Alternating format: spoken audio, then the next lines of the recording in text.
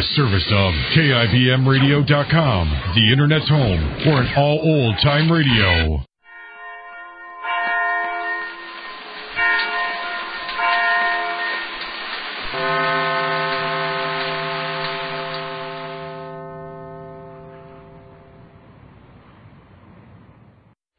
Kroger Tender Ray Beef. No other beef so fresh can be so tender. Presents Hearts in Harmony, transcribed. K is for Kroger. C is for cut. B is for beef. KCB means Kroger cut beef, and Kroger cut beef means more meat for your money. Yes, Kroger cut beef gives you more meat, less waste. And the reason is this. Before the meat is weighed and priced, the Kroger method of cutting beef removes excess bone, excess waste, and stringy end. Mind you, that's before the meat is weighed and priced, which means more meat for your money. And it's top U.S. government grades of beef. It's tender, juicy, rich red, and marbled with just the right amount of flavory fat. Yes, in Kroger cut beef, you get a better value in top-grade beef. For example, take a specific cut of beef, say a Kroger cut chuck roast. Before the roast is weighed and priced, the Kroger method of cutting beef removes excess waste and stringy meat. That means you get a better value because you get more solid meat, only a minimum of bone. Yes, you receive more meat, less waste, whether you buy a steak or a roast. So visit your neighborhood Kroger store soon. Make it a rule to get Kroger cut beef. It gives you more meat for your money. And now, Hearts in Harmony. Barry Carton has come back to Penny Gibbs and asked her to marry him. All that stands in the way is Penny's willingness to agree to marry a man over whom hangs the shadow of mental illness in the Carlton family history. It's evening of the day following Barry's return to Rossville, and in the living room of the Gibbs home, little Julie Martin says to Penny, "You look awful beautiful today, Aunt Penny." Well, thank you, Julie. And you look very lovely. But you always do in that dress. You look full of giggles, Aunt Penny. Oh, full of giggles. What makes you think so? Well, I can see them. Your eyes are all giggly in the middle and on the edges. They are. Uh-huh. And I know why, too. All right, why? Uncle Barry is home again. Well, I think that's a pretty good reason to be happy, isn't it? Uh-huh. I'd be happy, too, if somebody I like came home. I'd be happy if my mommy... She's never going to come and get me. Is she, Aunt Penny? Oh, I think she will one day, Julie. One day when you least expect it. But meantime, you try and be happy, won't you, darling? I have lots of fun here. A little girl moved in down the street today, and Aunt Nora says maybe she'll want to come over and play with me. Well, I think we can arrange that without much trouble. Maybe we'll take you over to meet her pretty soon, after the family's settled. Can I go over to... May I, darling? I mean, may I go over to her house sometimes, maybe? We'll see about it. I'll be awful good and never go out in the street or do anything bad. I'm sure you won't, Julie. Hey, where are your dolls? Upstairs, sleeping. We played hard this afternoon, and they were tired. Especially Henrietta Geraldine. She always gets tired. Well, all little girls get tired, Julie. I guess that's right. I remember when I was a little girl. I got awful tired, too. Yes, you did, didn't you? And you're not so big that you don't still get tired. What's more, it's almost your bedtime. Oh, Aunt Penny, please let me stay up a little longer. Julie, your dolls are asleep. It's getting late, darling. Just a little longer, Aunt Penny. I want to talk. Talk about what? Uncle Barry. Why'd he go away?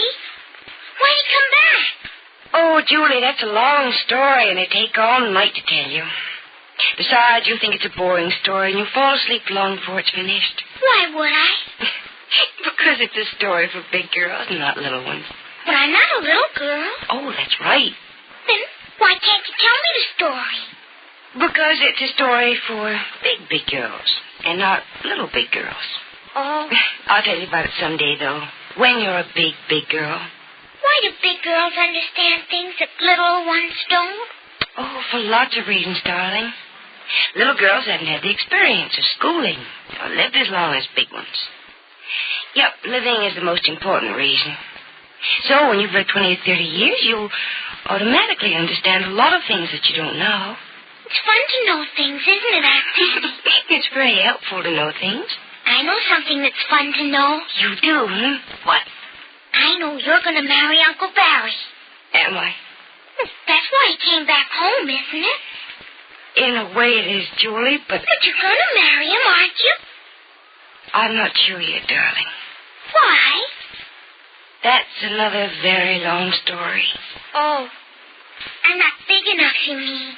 Not quite. Oh. Doesn't he want to marry you? Yes, darling, he does.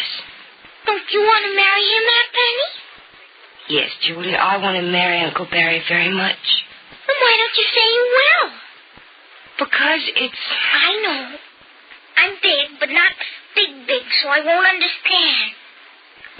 If you don't marry him now, will you marry him pretty soon, maybe? I don't know, Julie. All I can do is think so and hope so. But that's looking very far ahead. No, darling, what I have to worry about is right now. Why do you have to worry? You don't look as if you're worrying. You look too happy. All giggly inside, huh? Mm-hmm. Aunt Penny, don't worry. It makes me sad. It shouldn't, Julie. And maybe I don't mean I'm worrying. I mean, I'm just thinking because there's a lot to think about. Oh, Aunt Penny, can I answer the telephone, can I? May I, darling, and you may. I don't know why it's May. Sounds the same. Because May and can are two different words with two different meanings. Oh. Hello? Well, hello, Julie. Yes, this is Julie. How are you, Julie? Fine, thank you. How are you? Couldn't be better. That's good. Who's this? This is Barry Carlton, Julie. Is your Aunt Penny there? Yes, she is. She let me answer the phone. I'm glad you're home, Uncle Barry. Well, thank you, Julie. Julie, is that Barry? Uh-huh. And he wants to talk to you, I guess. Thanks, darling. Thank you very much. Uncle Barry, you do want to talk to Aunt Penny, don't you? Well, if you don't mind. No, I don't mind. I'm too little for you to talk to. Here's Aunt Penny. Thank you, Julie. Goodbye. Bye. Here, Aunt Penny. I guess you want me to go up to bed now, huh? Yes, darling, I think you better. It's past your bedtime. All right, Aunt Penny. But you'll come up and tuck me in, won't you? Yes, I will in a few minutes. And remember, Julie, clean pajamas tonight. Yes, Aunt Penny, I'll remember. That's a good girl. Hello? Hello, darling. Hello, Barry. I'm glad you called. I haven't heard from you all day. Well, I wanted to phone a dozen times, but I knew that you'd want to be left alone to think. Oh, I hadn't had too much time to myself today. Frank's had 2 new cases, and I was busy until about 2 this afternoon. Frank? Who's he? Frank Carter, the lawyer I work for. Oh. Well, did you get any thinking done this afternoon? That's all I've done, darling. Think. Any results? No, I'm still all mixed up. I mean, my thoughts are. I don't know whether or not I'll ever get them straightened out. You will. They'll straighten out. You have no idea what your answer will be, do you? Well, if I say what I want to say, it's bound to be yes, but I want to think it out until I'm sure I'm doing the right thing. I have almost as much patience with you as love for you, darling. Take all the time you want, providing you don't take too long. No, I won't, Barry. Maybe I'll be able to tell you by tomorrow. Oh, you seem in awfully good spirits, you know. Well, why shouldn't I be? I saw you yesterday, and I'm talking to you this evening. And Mother says she wants to talk to me later tonight. I have a hunch that she'll agree with me. Have you told her what you want us to do? Yes, I have. I told her all about it this afternoon. Well, what did she say?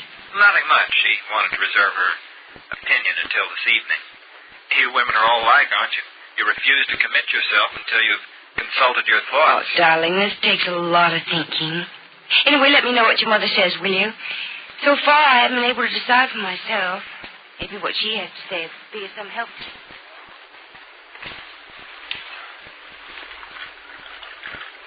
A half cup will do, Valerie. All right, Mother. I'll put the cream and sugar in it myself. You sit back and relax. Am I going to be able to take this in a relaxed position? I don't know, son. You mean you don't want me to marry Penny? You know I do. With all my heart, I do. Well, I'm glad to hear you say that. I want you to marry her, Valerie, but I don't think you should.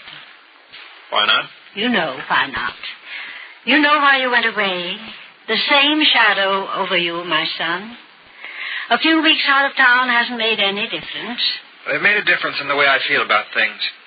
I know it's foolish to give up even a little happiness if a little is all that Penny and I can have. But it's cruel and wrong, my son.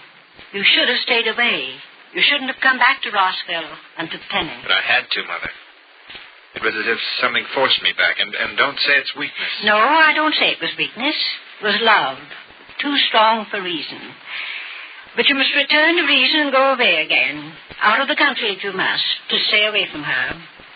Mother, you're saying you won't let me marry her? How can I say that? You're of age. You're independent and extremely wealthy.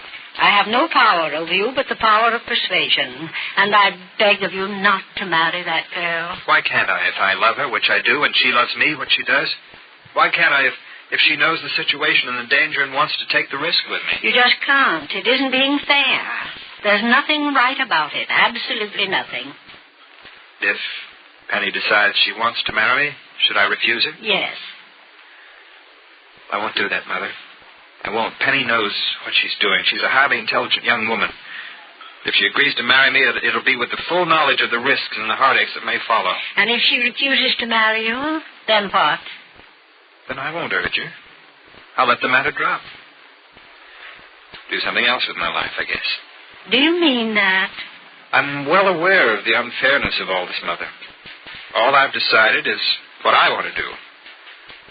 Now it's up to Penny to decide what she'll do. If she says yes or no, I'll take her word as final. I'm glad to hear you say that, son. I think I'll have another cup, if you please, and then I think I'll go.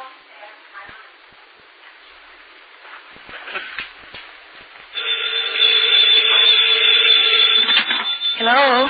Hello, Penny? Yes? Penny, this is Carrie Carlton. Oh, good evening, Mrs. Carlton. How are you? As well as can be expected under the circumstances. Penny, will you be free a little while tomorrow afternoon? Yes, I will. Splendid. I'd like to talk to you. And at a time when Barry's not here. He has to attend to some things at the bank at 2 tomorrow afternoon. Could you be here then? Yes, of course I can. I'll be there, too. Fine. I'll be expecting you. Oh, did you talk to Barry tonight? Yes, I did. What did he have to say? Nothing I'm sure he hasn't said to you, my dear. But be here tomorrow afternoon at 2, and I'll tell you all about it. All right. Penny, by the way, have you come to any decision yet? No, I haven't, Mrs. Carlton. Splendid, Penny, splendid. Because I'm sure after we've had a little talk, you'll be able to come to one. I hope I'll be able to, Mrs. Carlton. And I think I'll be able to count on you for the help I need so badly. Will Mrs. Carlton convince Penny Gibbs that she should not marry her son? Or will Penny herself come to a sudden and surprising decision? Be sure to listen to the next dramatic episode of Hearts in Harmony. KCB. KCB.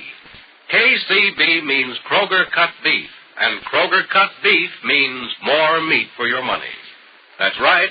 Kroger cut beef gives you more meat, less waste. Because before the meat is weighed and priced, the Kroger method of cutting beef removes excess bone, excess waste, and stringy ends. For example, if porterhouse steak is your favorite, you'll find that at Kroger's you don't pay steak price for stringy ends and waste. The Kroger method of cutting beef removes the long, stringy end and excess waste before the steak is weighed and priced.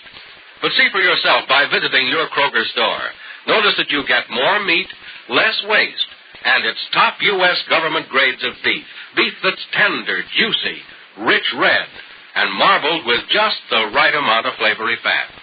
Remember, whether you buy a steak or roast, Kroger cut beef gives you more meat for your money. Yes, everybody's happy when you go to your neighborhood Kroger store for Kroger cut beef. Your family loves the deliciousness, the juicy flavor of Kroger beef.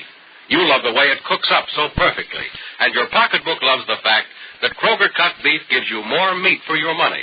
Get some without delay. Make it a rule to get Kroger cut beef and get more meat, less waste at your neighborhood Kroger store. Tune in again tomorrow, same time, same station, for another absorbing transcribed chapter of Hearts in Harmony. Countdown for blast off. X minus 5, 4, 3, 2, X minus 1, fire.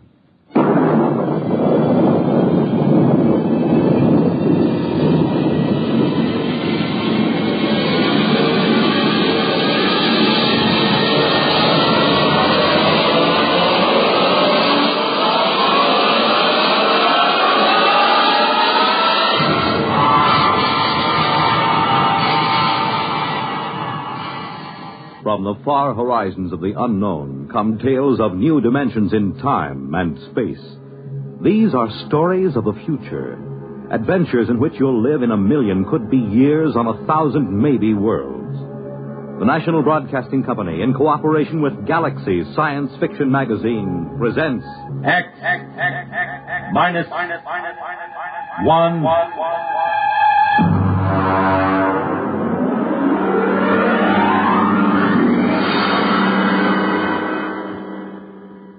Tonight, The Lights on Precipice Peak by Stephen Tall.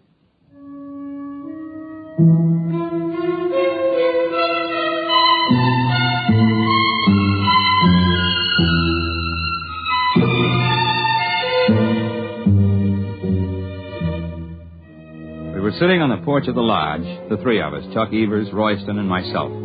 Chuck was smoking one of those 5 for a quarter stinkers he affects, but he let it go out as we sat in the darkness, stared across the narrow valley below us, then up again to the mountains of Bighorn Glacier, 6 miles away and 7,000 feet up in the thin, cold air. There it is. You see? Where? Well, follow my hand.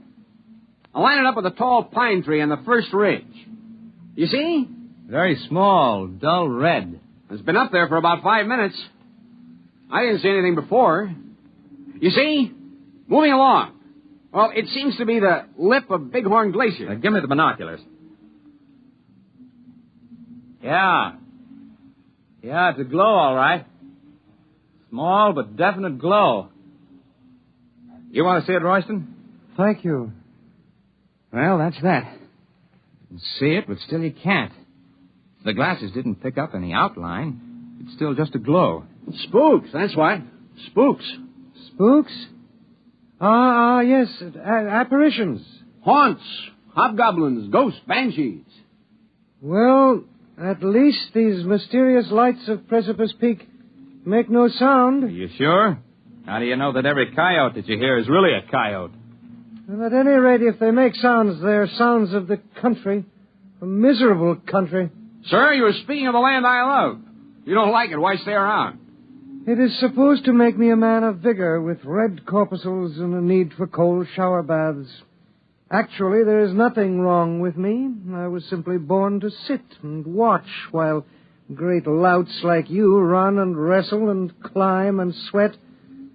Ah, there, the light shows again. Now, you can see it with the naked eye. It's higher than it was before. It's moving along. It's going along Fifth Avenue Trail.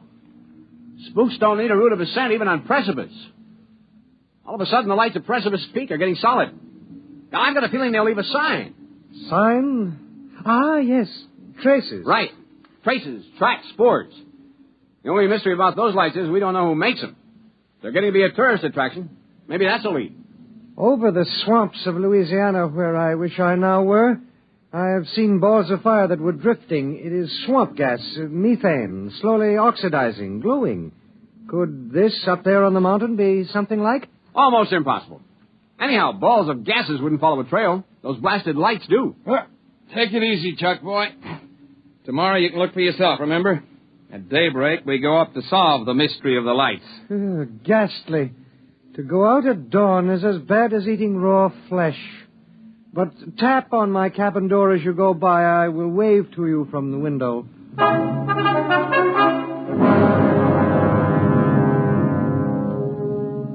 We were down the slope from the lodge and across the valley before the sun rose. Chuck and I swung along the trail. It felt good having your nailed mountain boots hitting the ground in regular rhythm. Ahead of me, Chuck set the pace, an easy, loose-jointed shamble that ate up the mountain miles. We were a good team for climbing. I took a deep breath when we crossed the ridge. At the switchback, Chuck broke his stride and leaned his long frame against a boulder. Well, tonight we'll be up where the lights are. Punch me if you see one first. Lights nuts, there'll be none while we're on the peak.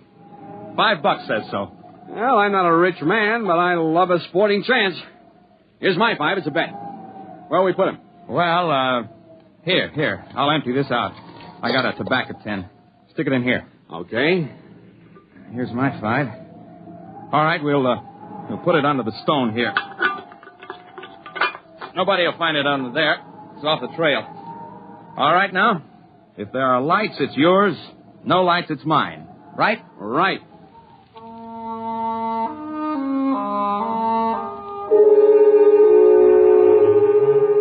Going into the world above the trees is one of the good things of a peak climb. Hoary marmots whistled from their rocks. Conies scurried. Gray-barred ptarmigan crouched almost invisibly among the gaudy alpine fields of mountain sunflowers and tiny forget-me-nots. At dusk, we laid out our bedrolls on a level bit of tundra in the lee of a massive outcrop near Bighorn Glacier. We cooked a kettle of stew and heated the water for tea. Then Chuck walked away a few paces from the fire to empty the kettle. Ah! What's the matter? Stone turned under me. My ankle. Give me a hand. I got you. Oh, set me down again. Okay. Now let's take off that boot and the sock. Oh. Well, I have a feeling, my friend, that I will not climb that peak in the morning. Get the sock off and let's see how bad it is. Oh. Well, we'll pack ice on it and tape it in an hour. Maybe it's a simple twist. Oh, you know it isn't. Sure, I know. I thought you wanted to be cheerful, that's all. It's like when I broke 3 ribs climbing to look into a bird's nest the day before we were tackling the east face of Long Peak. Then you would chin up. Well, that was different. I wasn't hurting.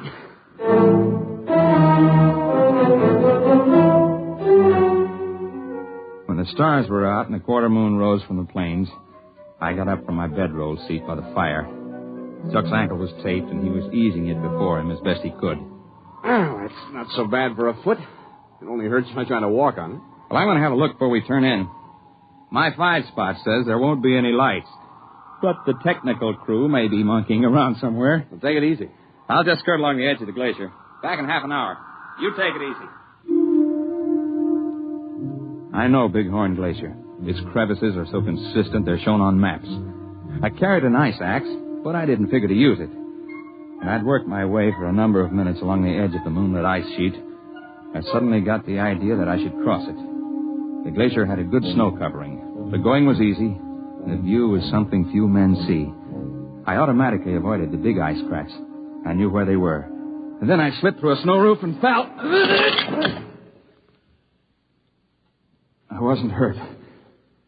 The moonlight from the crack above showed my ice axe beside me. It was a lucky fall, except for the fact that I couldn't get out again.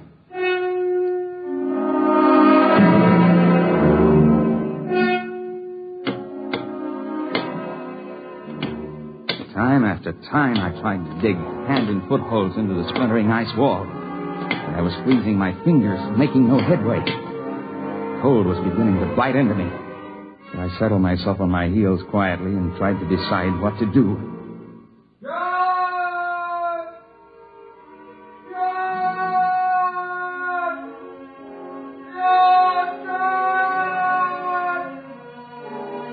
That was Chuck beginning to call. I knew if I answered, he'd probably try the ice himself, so I kept quiet. And after a while, he stopped calling.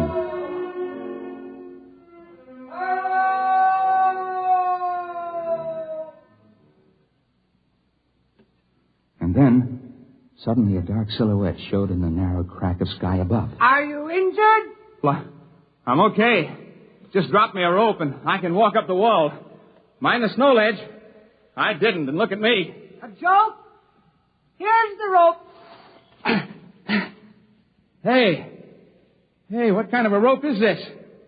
I never saw anything like it. It's warm. Have you got it now? Yep, here I come. Hang on. Okay, over the ledge. Well, hey, did you hold that rope in one hand while I was climbing up? Yes. Well, thanks. Lucky for me, somebody has sense enough to walk around ice cracks. Shake. Shake? Oh, shake hands. You must not mind the glove. It is for your protection. The hand is not yet cooled. Cooled? What in the world? Your friend with the swollen foot is concerned for you. Come, I have made an easy way.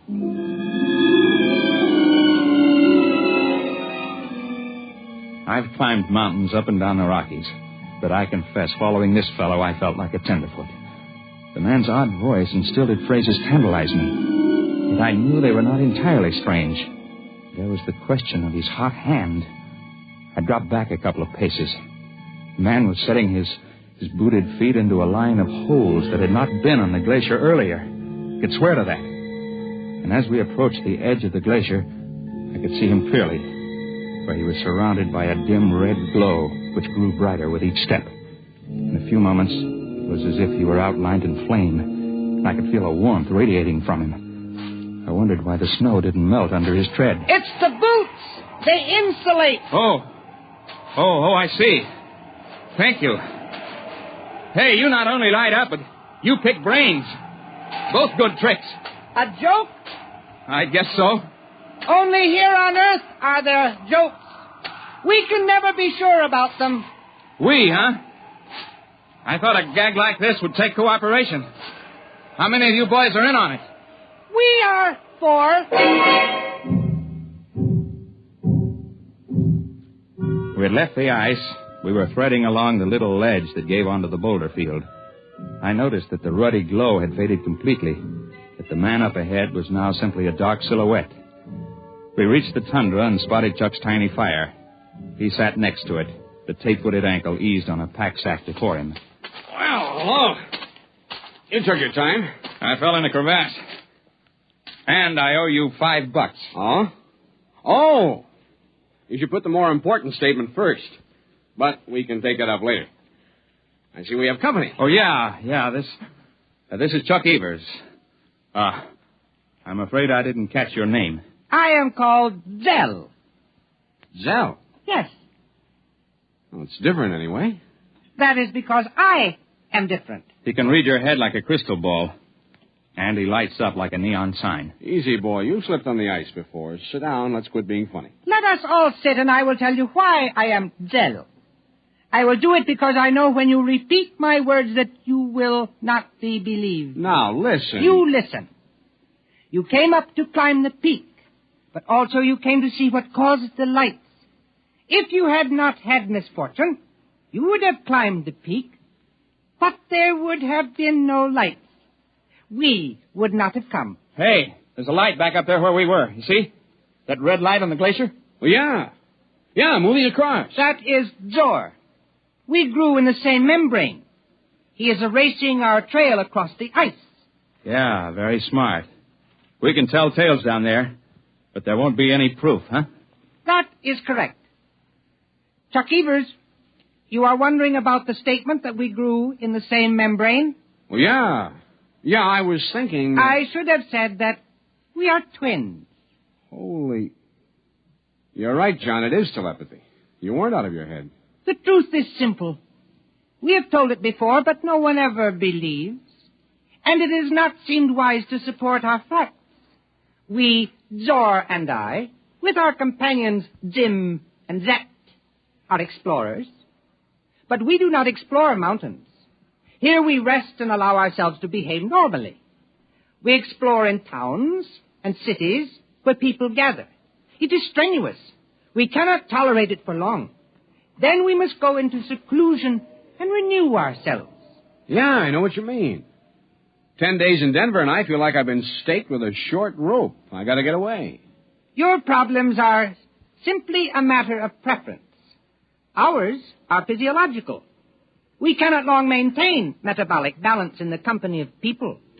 Thus, Zim and Zet are now back in the world you inhabit. When they must rest, then our turn comes. I will show you. This is a rock. You may call it granite. To me, it is food. So. Eat it in good health. Thank you. Among people, this would be conspicuous. You are not adapted to get oxygen from rock. We are. Well, I'll admit that's a tougher cereal than I'd want to try. But the point of the joke still escapes me. There is the matter of my body glow. I can control my body temperature, raising it and lowering it as I choose. The greatest difficulty when I am among you people is to keep myself down to human body heat. Normally it is much higher than yours. And when, due to exercise and metabolic speed-up, excess energy is accumulated, It is satisfying to us to radiate it, much as you get released by deep sighs, by long breaths, by stretching your limbs. Unfortunately, when we radiate rapidly in air, we glow. It has made us conspicuous. Yet, your unawareness of us is a marvel. For creatures so well supplied with adaptation for sensation, you are indeed blind. You sound like an old professor I had once. I didn't understand him either. Zor is waiting by the glacier. We have plans for this time. When you return to the settlement below, it would perhaps be wisest not to explain the lights.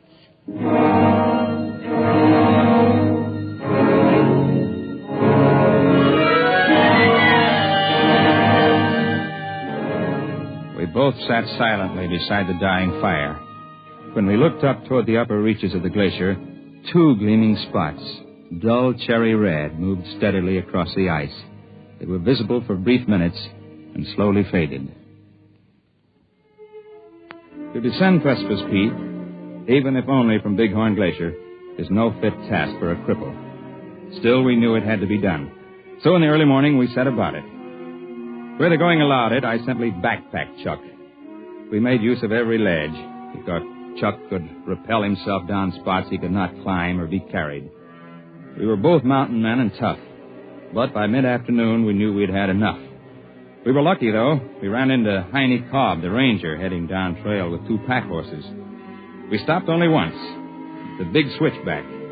I got down from my horse, pried up a stone, took the tobacco can from under it, and gave it to Chuck without a word. Back at our camp on the lakeshore, Chuck and I weren't disturbed by questions. When men fail on the peaks, they tell their own stories in their own time. Chuck's ankle showed quick improvement, and in a couple of days he was hobbling about. Only young Royston came to visit us. You have not been back to the lodge. Perhaps you are afraid to show your faces. People talk your arm off up there. Not many of them have the gall to come snooping around here. You cannot offend me. I was concerned for you. I was interested, so I came. Did you see the lights? No, nary a light. I told you they wouldn't show up when anybody was up there. You collected $5 from me, betting on the other side of the fence. You were the man who was so sure there'd be some sign. I do not understand. You are both confusing everything, and you are both lying. There were lights on the peak when you were there, and I have a feeling you saw them. They were quite a show from here. Well, this is the place to see them from. Closer up, you lose perspective. Well, I must go. Friendship means nothing to you, so I will take my small hike back to the lodge again. Actually, I came to say that tomorrow I leave this miserable place and go home. I've endured all the health I can stand. No, that's a different story. We're sorry to see you go, fella. My regards to the swamps. 10 to 1 when you get there, you'll wish you were back. This I very much doubt. Goodbye, John. Goodbye. Oh, there's a funny fella. Hey, what are you doing? Just feeling the stone step where he sat. I thought so. He really liked us, but this time he was careful not to shake hands. Did you notice? Yeah. In spite of himself, he had reached his limit of control. His temperature is going up. Yeah, I guess it is. He never could see a joke. And remember how he'd say something and then wait, as if he didn't understand it? And then all of a sudden it would come to him? He'd wait to pick our brains for every new word. You mean Royston? Royston is a name out of a hat. When that lad really goes home, he'll go with his buddies up there on that peak. I wonder which he is. Zin or Zet?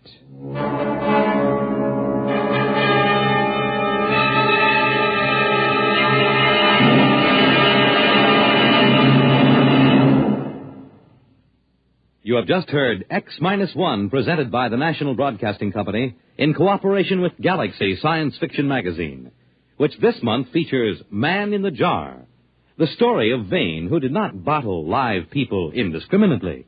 He had to have a sound business reason. Galaxy Magazine on your newsstand today. Tonight, X-1 has brought you The Lights on Precipice Peak, a story from the pages of Galaxy written by Stephen Tall and adapted for radio by Ernest Kenoy. Featured in the cast were Jim Bowles as John Brinkhart, Joseph Helgeson as his fellow climber Chuck Evers, Ted Osborne as Zell, and Kurt Benson as the man who called himself Royston. Your announcer, Fred Collins. X-1 was directed by Kenneth McGregor and is an NBC Radio Network production.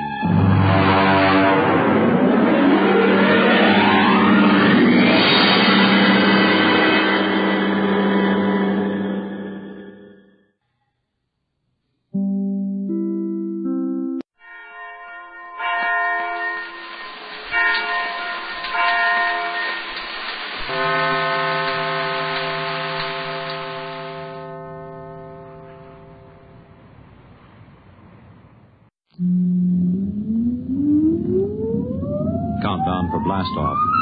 X-5, 4, 3, 2, X-1, fire.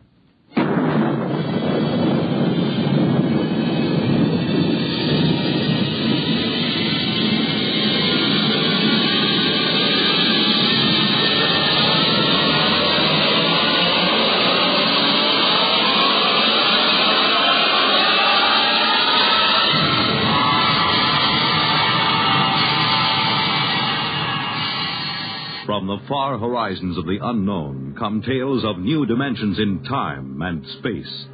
These are stories of the future, adventures in which you'll live in a million could-be years on 1,000 maybe worlds. The National Broadcasting Company, in cooperation with Galaxy Science Fiction Magazine, presents X-1.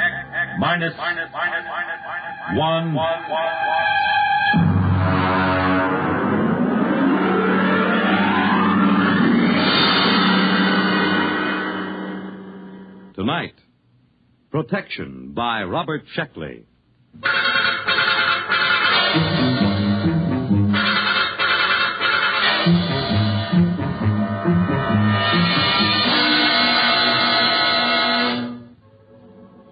There will be an airplane crash in Burma next week, but it shouldn't affect me here in New York. And the Fiegs certainly can't harm me, not with all my closet doors closed. No, the big problem is Lesnerizing. I must not Lesnerize, absolutely not. As you can imagine, that hampers me. And to top it all, I think I'm catching a very nasty cold. The whole thing, including the cold, started on the evening of November 7th. I was walking down Broadway on my way to Baker's Cafeteria with Charlie Lester. He's in one of my physics classes, and we were both feeling pretty lightheaded. Boy, I've had tough exams in my day, but that was... You got a cold? No, I haven't got a cold. My eyes just water, my nose runs, and I sneeze because I'm essentially a masochist. Actually, it is psychosomatic. I hate my mother and my father. Of course I've got a cold. What do you think? Well, look, don't give it to me. I've got a heavy date with a Barnard Jr. this weekend. My boy, there is no such thing as a heavy date with a Barnard Jr. Never mind. Just don't blow any germs my way. Oh, well, as a matter of fact, I'll leave you completely.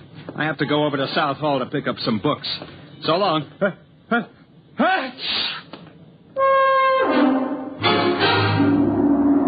At the moment Charlie left me, I had in my pocket 5 coins, 3 keys, and a book of matches.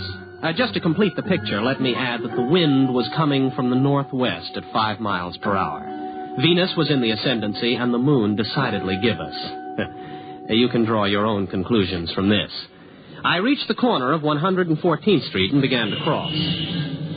The truck! Watch out for the truck! Watch out! Huh? What truck? Who? What? Well, there's no truck on the street. What?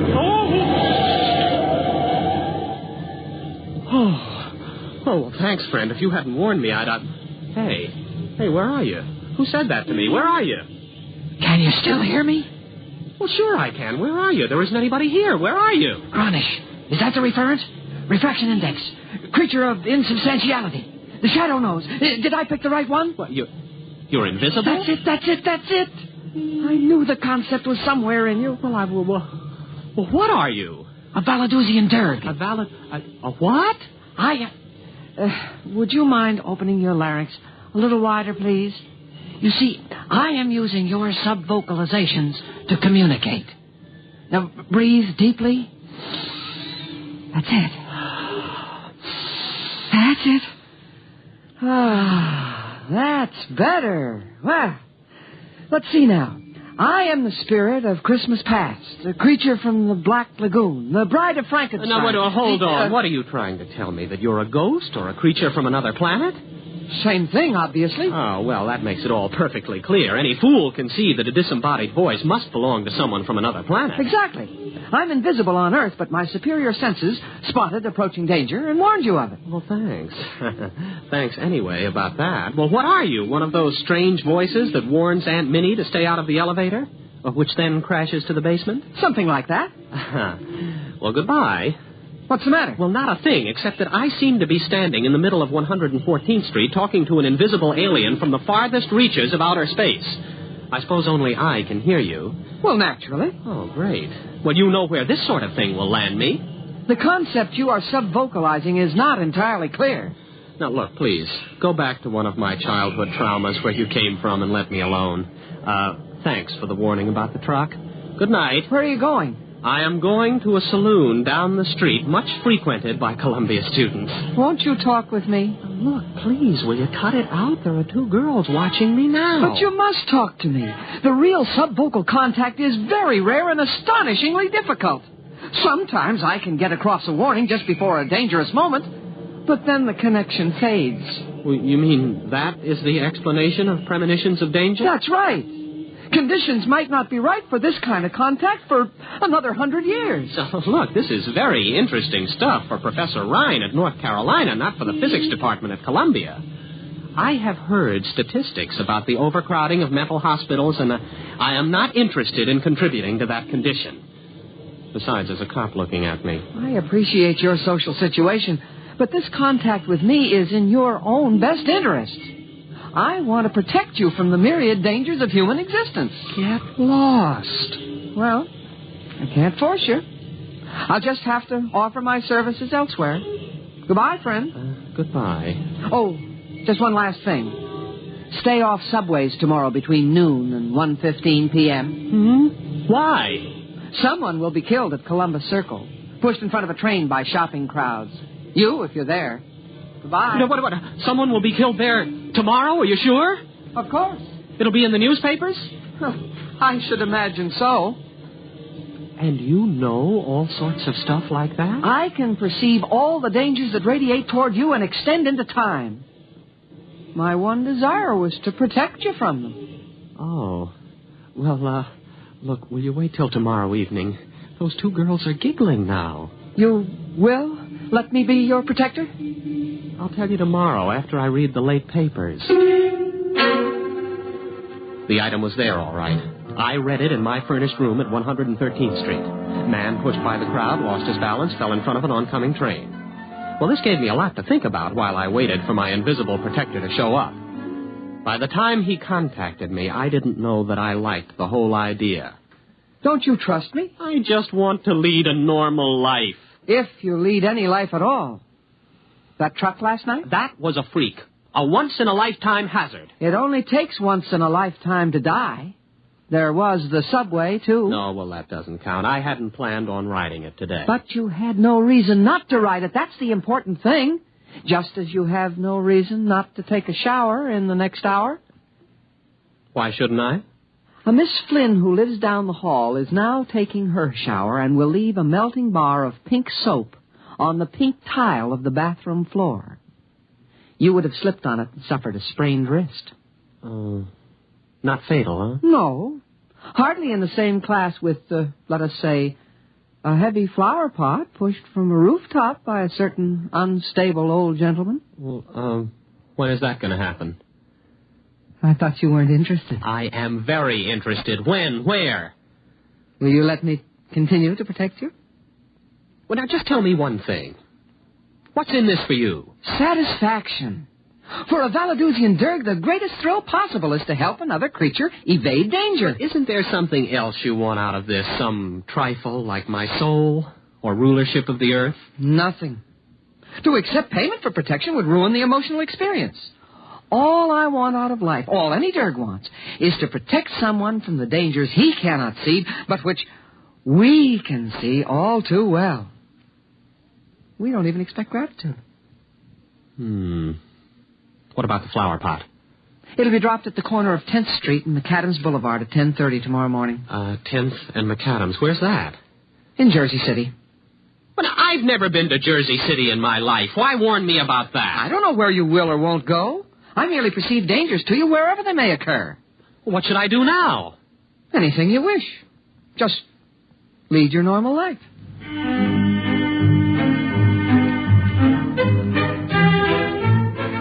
It started out well enough. I attended classes at Columbia, did homework, saw movies, went on dates, played table tennis and chess, all as before. At no time did I let on that I was under the protection of a Valadusian Derg. Even Charlie didn't notice it, though he had a pretty good excuse. Boy, are you lucky. I got stuck in that elevator for 4 hours. Say, how come you walked? I never saw you volunteer to walk 5 flights before. Oh, well, a little bird told me. Oh, boy, I wish I had a little bird like that. Why don't you do something for that cold?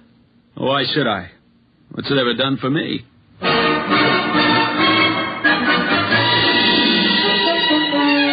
Not even the Derg had warned me about Charlie's bad jokes in time. But he did his best. And once or twice a day, he'd come around and report. Loose grading on West End Avenue between 66th and 67th Streets. Don't walk on it. Of course, I wouldn't. Once I got used to it, it gave me quite a feeling of security. But the Derg soon became overzealous on my behalf. He began finding more and more dangers. Look out for an overhanging sign on the Hotel Nacional. Where, 48th Street? Mexico City. Don't go to the hockey game tonight. Where? At Toronto. Look out for the Elm Street bus. Philadelphia? Omaha. Don't go surf riding today. What? Surf riding? Where? Papiti. Now, just wait a minute. Do you plan on reporting every potential danger on Earth? Oh, these are only a very few that you may be affected by. In Mexico City and Papiti? Why not confine yourself to the local picture? Greater New York, let's say. Locale means nothing to me. I must protect you from everything.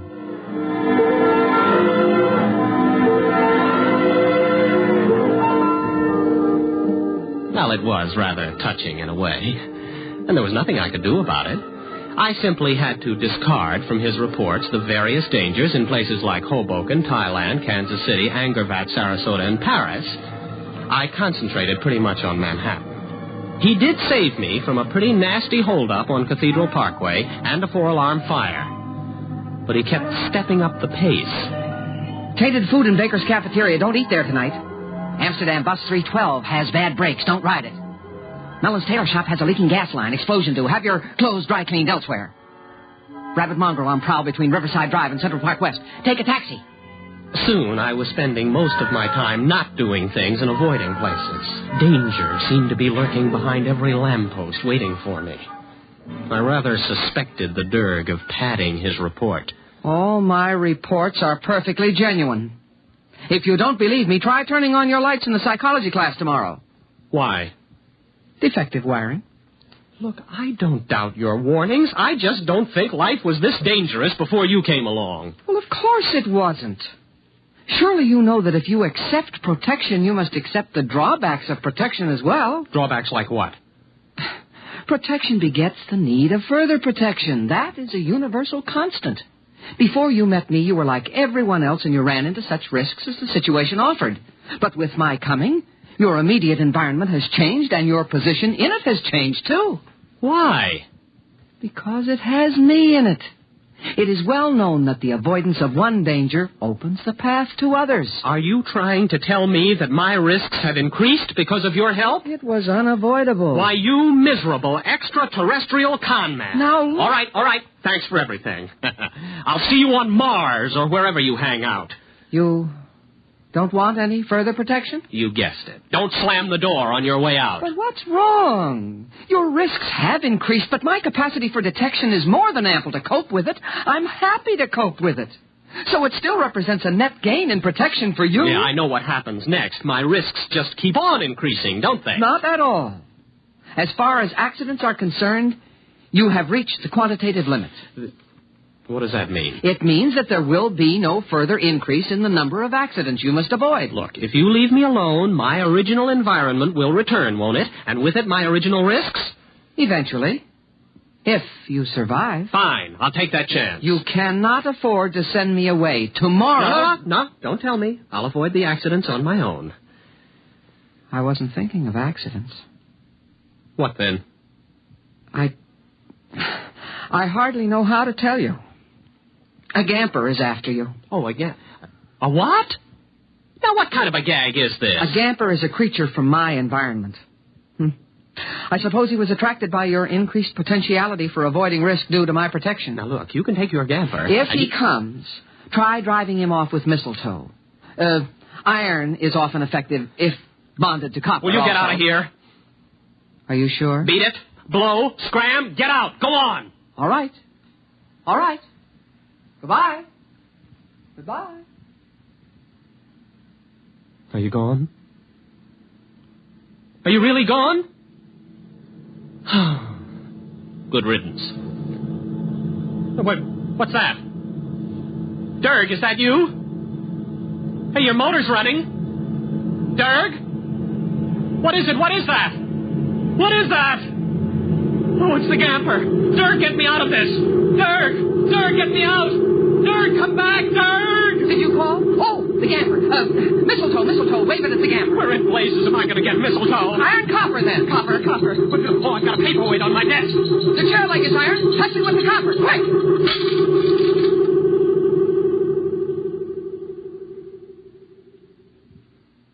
You see? You need my protection. The gamper almost got you. Yes. Yes, it sure did. You'll need some things. Wolfbane, amaranth, garlic, graveyard mold. But the gamper is gone. Yes. However, the grailers remain, and you'll need safeguard against the leaps, the figs, and the melgarizer. I'll give you a list.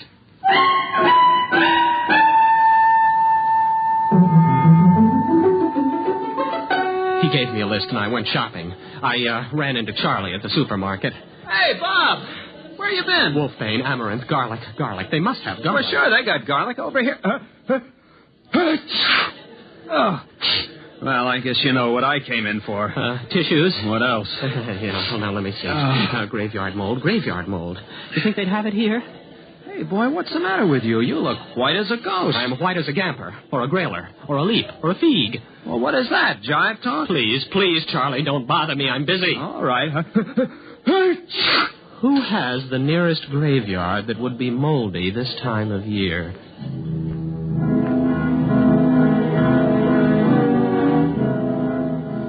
It was a game between these extraterrestrials, and I was in it. Some of them wanted to kill me, some to protect me. None of them cared for me, not even the Dirk. And the situation was all my fault.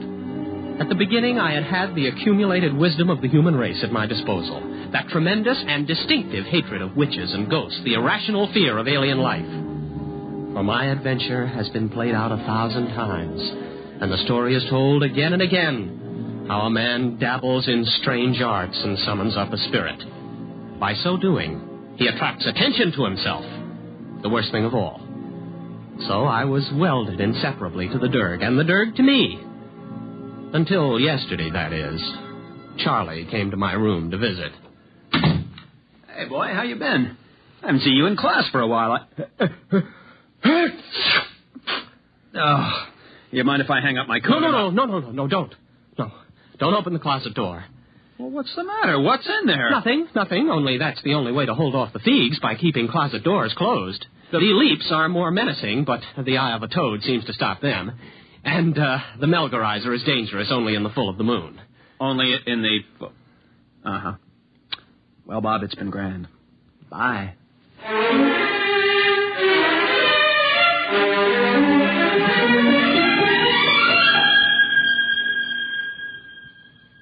You are in danger. What? Who? What again? What is it this time? It is the Thrang who pursues us.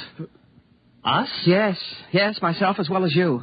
For even the Dirk must run from risk and danger. Well, is this Thrang particularly dangerous? Very. Well, what do I do?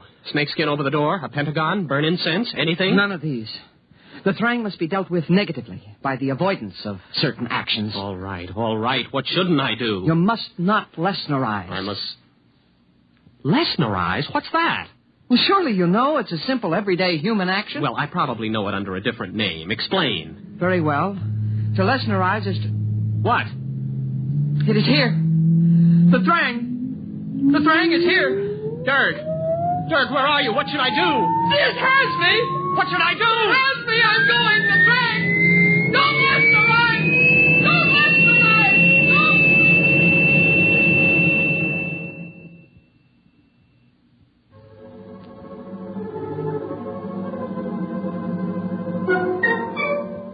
So I'm sitting tight now. There'll be an airplane crash in Burma next week, but it shouldn't affect me here in New York. And the Feegs certainly can't harm me. No, not with all my closet doors closed. No, the problem is Lesnerizing. I must not Lesnerize, absolutely not. If I can keep from Lesnerizing, everything will pass and the chase will move elsewhere. It must. All I have to do is wait them out. Trouble is, I don't have any idea what Lesnerizing might be. A common human action, the Derg said. Well, at the moment, I'm avoiding as many actions as possible. I've caught up on some back sleep, and nothing's happened. So that's not Lesnerizing. I went out and bought food, cooked it, and ate it. That wasn't Lesnerizing. I'm telling you the story, and that isn't Lesnerizing. I'll get out of this yet. I will get out of it. I'm going to catch a nap now. I think I've caught Charlie's cold. I think I'm going to have to...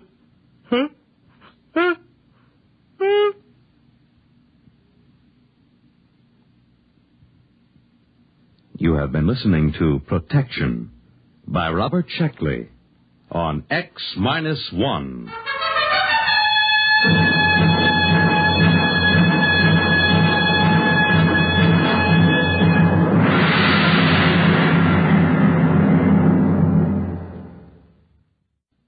X-1 is presented by the National Broadcasting Company in cooperation with Galaxy Science Fiction Magazine, which this month features Survival Kit by Frederick Pohl. The story of Mooney, a smart but luckless man who had to scrounge while his friend Harse always made out well, just because he owned a survival kit. Galaxy Magazine on your newsstand today. Tonight, X-1 has brought you Protection, a story from the pages of Galaxy, written by Robert Sheckley and adapted for radio by Ernest Kenoy. Featured in our cast were William Redfield as Bob of the final and fatal sneeze, Elliot Reed as his breezy pal Charlie, and William Keane as the foreseeing Derg. Your announcer, Fred Collins. X-1 was directed by Kenneth McGregor and is an NBC Radio Network production.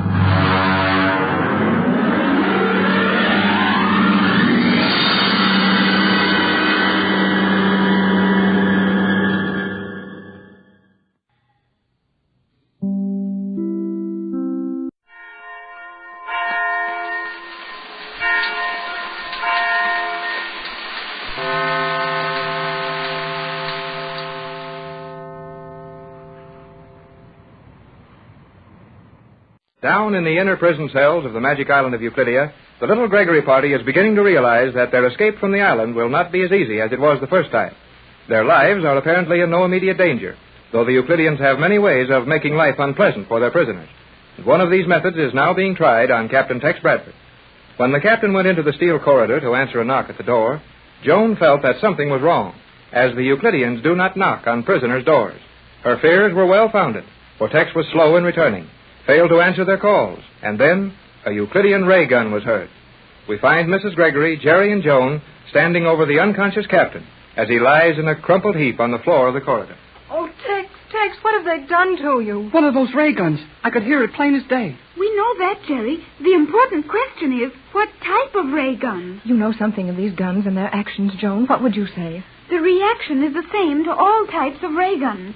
There is no way to determine how long the captain will remain asleep. Asleep? Are you sure that's all he is? Joan, are you positive Tex is only asleep? To be sure, Mother. Surely you must know something of the action of the human body, even in a world so woefully lacking in scientific understanding as yours. And the beat of a pulse must be the same, whether it beats in California or on Euclidia. Oh, pretty wise, aren't you, Joan? Well, maybe we should have noticed that ourselves. Of course we should have, Jerry. But I'm so nervous I'm not thinking clearly. Well, gee whiz. How long do those big guns keep you asleep? The larger ones will incapacitate the average human for the space of an earthly revolution. 24 hours? As time is computed in your world, yes, Mother. Well, I wish you'd get it into your head that we're figuring things our way. And when you mean 24 hours, say 24 hours. Don't wander off taking the sun for a stroll around the earth to let us know how long you mean. If your understanding persists in wallowing in the depths of such ridiculous child's play, I will confine my remarks to the more simple combinations of phraseology. Yes, do that. And stick to what we're talking about. Joan, dear, is there nothing we can do to make the captain more comfortable? But he is not uncomfortable, Mother. Well, it seems rather awful to me. But if you say he isn't suffering any discomfort, we may as well carry him to the bed in his cell and let him rest easily until this wears off. Okay, Mrs. Gregory. You take his feet, and Joan and I will take his head. We will find him very heavy. Tex isn't a small man to begin with. And now that he's in a sound sleep, why, I can't even move his legs. I'll bet you can't. I'm not having any luck just trying to raise one of his arms. We will not be able to move the captain for some time. What's the matter, Joan? Magnetic paint. Magnetic paint? Where? On the captain's hands and face and clothing. Oh, I know that. But where did it come from? Yes, Joan, dear. How did that magnetic paint get on Tex? We've been right with him, or at least one of us has, every minute since we came in here. Yeah. How do you answer that one? Was not the captain alone when he came out here to answer a knock on the door? Yes, he was, but that was only for a minute. 60 seconds encompass a definitely valuable element of time to the active mind. Well, maybe I'm a little slow upstairs, but I still don't see how Tex got himself all covered with this static enamel and laid out here on the floor all in 1 minute and without even opening that door. Opening the door? I wonder. You are thinking very clearly now, Mother. Well, how do you figure anything so clearly thought out in that? Mother was mentally questioning the opening of the door. Yes, Joan, I was. That door opens in, toward us. And from the position in which Tex is lying, I should say that he could not have opened the door. We would have heard it close again. Golly whiskers, you're right. I believe Mother is correct. That door was not opened. Then where did that paint come from? Yeah, and how did they shoot him with that ray gun? The paint would be very simple. As you have observed, this transparent steel is fabricated with countless small holes. The paint might well have been sprayed through one or more of those holes. Why, so it might. It might, but I'll bet it wasn't. Jerry, you do not know what you are saying. Let Jerry advance his theory if he has one, Joan, dear. Thanks, Mrs. Gregory. Well, I didn't exactly mean that the paint didn't come through one of those holes. I meant that I didn't think it was sprayed there by anybody. But how else? Oh, you mean the paint was injected through the steel by some automatic device when the door opened? That's my idea. And you are more than possibly correct, Jerry. Though if you are, we are in a more dangerous position than I could have believed. Well, come on, give us the bad news. I believe that Captain Bradford was sprayed with magnetic paint and that the ray gun was fired when he touched that door to open it, and that no human hands had a part in it. Then that is the Euclidean method of guaranteeing our safe confinement here. But why should they bother to do that with guards roaming their corridors? We couldn't go far enough to do their mad island any damage. They don't take any chances here. Maybe they wanted to take a little nap and wanted to make sure we'd all stay here while they slept. Hardly anything so elementary as that, Jerry, though you made a step in the proper direction with your reasoning. Well, go ahead, Joan. What's your idea? It is more than an idea. I think the reason we are now being guarded entirely by scientific devices is necessitated by the absence of all human agencies. Absence? From where? I believe we are now the only human beings on Euclidia. What? Joan, dear. I mean just that, Mother. I believe we are alone on the island. But these 250 Euclideans, or whatever they have in this crazy place, where did they all go at once? I'm sure it isn't obvious to me, Joan. We're prisoners here, perhaps the most utterly helpless, hopeless prisoners in the world today. We can't harm them, and G47 knows that. Why should they escape from us? Not from us, but from some outside danger threatening the island. You mean somebody might be attacking the scientists right now? I mean someone might be attacking this island, believing the scientists were here, yes. But, Joan, what you're suggesting, we may be here, all alone, somewhere in the depths of this fantastic island, and at this moment the island is being threatened with destruction. It is possible, Mother. But, gee, Mrs. Gregory, here's Captain Bradford lying on the floor, sound asleep and magnetized there, We can't move him, and we couldn't get out of here if we did. Joan, surely you must be mistaken. Why do you say that, Mother? How often have you told us that Euclidia, this magic island, as Jerry named it, was impregnable, and that it was impossible for any nation in the world to destroy Euclidia with the weapons we now have? What about that? Yeah, answer that one, Cleostra, and let us in on the secret. I do not wish to be called Cleostra. Okay, Joan then. But let's have the answer. We of Euclidia are the greatest scientific organization in the world, in the universe. And we have the utmost faith in our ability to cope with and overcome anything developed in the crude laboratories of your world. Huh. Nevertheless, our very perfection in science has taught us that the only true science in your world is mathematics. And your eccentric methods might lead to an accidental discovery of something unheard of in a colony where everything is perfection. That seems slightly ambiguous to me, dear. No, Mrs. Gregory. I know just what Joan means. She's afraid somebody in our world might stumble onto the answer just because he was a dumb amateur. And these guys here wouldn't be ready for it because it wasn't figured out like a smart scientist would do it. Then our position appears to be that of having no choice but to hope that nothing serious happens to this island. That is my view of the predicament. You sure take a sour look at it. And there's nothing we can do about it? Nothing, Mother.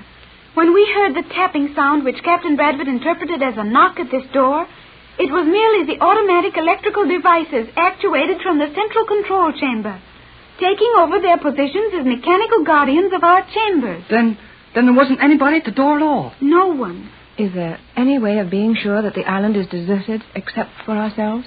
If the automatic controls are active, there is no Euclidean on the island. And to find out if these things are still working, we've got to open that door and get shot with a ray gun? No, that would be very silly, Jerry. It is the only way. The island is no longer moving. That would seem to indicate that it was impossible to change the location of the island quickly enough to escape the impending attack, and that the scientists have retreated to observe the action from the ocean floor city. From the what? The ocean floor city. Joan, these Euclideans have other quarters? To be sure. Under the ocean floor? Yes. It requires but a few hundred seconds for everyone on Euclidia to seek refuge in the walled city below the ocean floor. And the principal control and chemical systems are taken also. Entire rooms are submerged as units. 600 seconds is the time required, I believe. Oh, boy. 10 minutes to take everything valuable from this island into an underground town?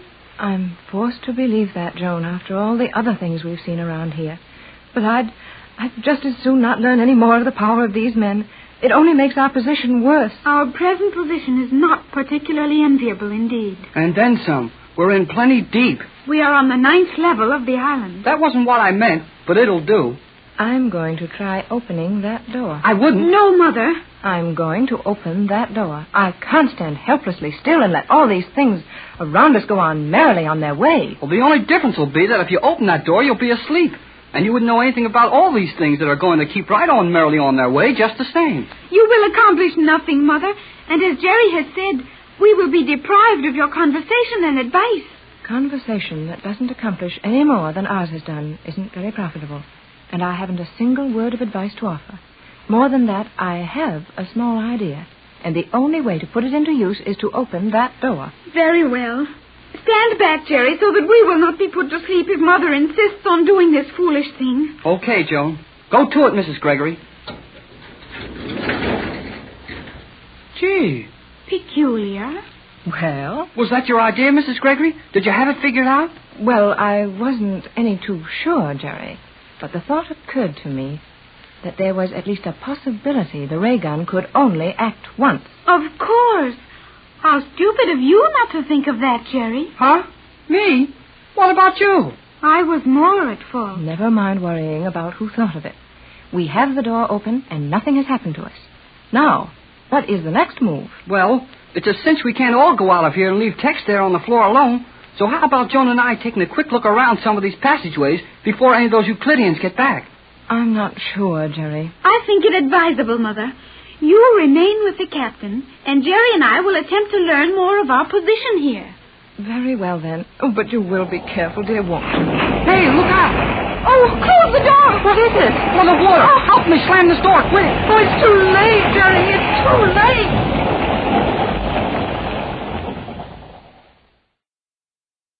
The magic island of Euclidia is an unusual, fascinating, and weird place. But what is more important to Mrs. Gregory and her party right now is the fact that the magic island is also a very dangerous place.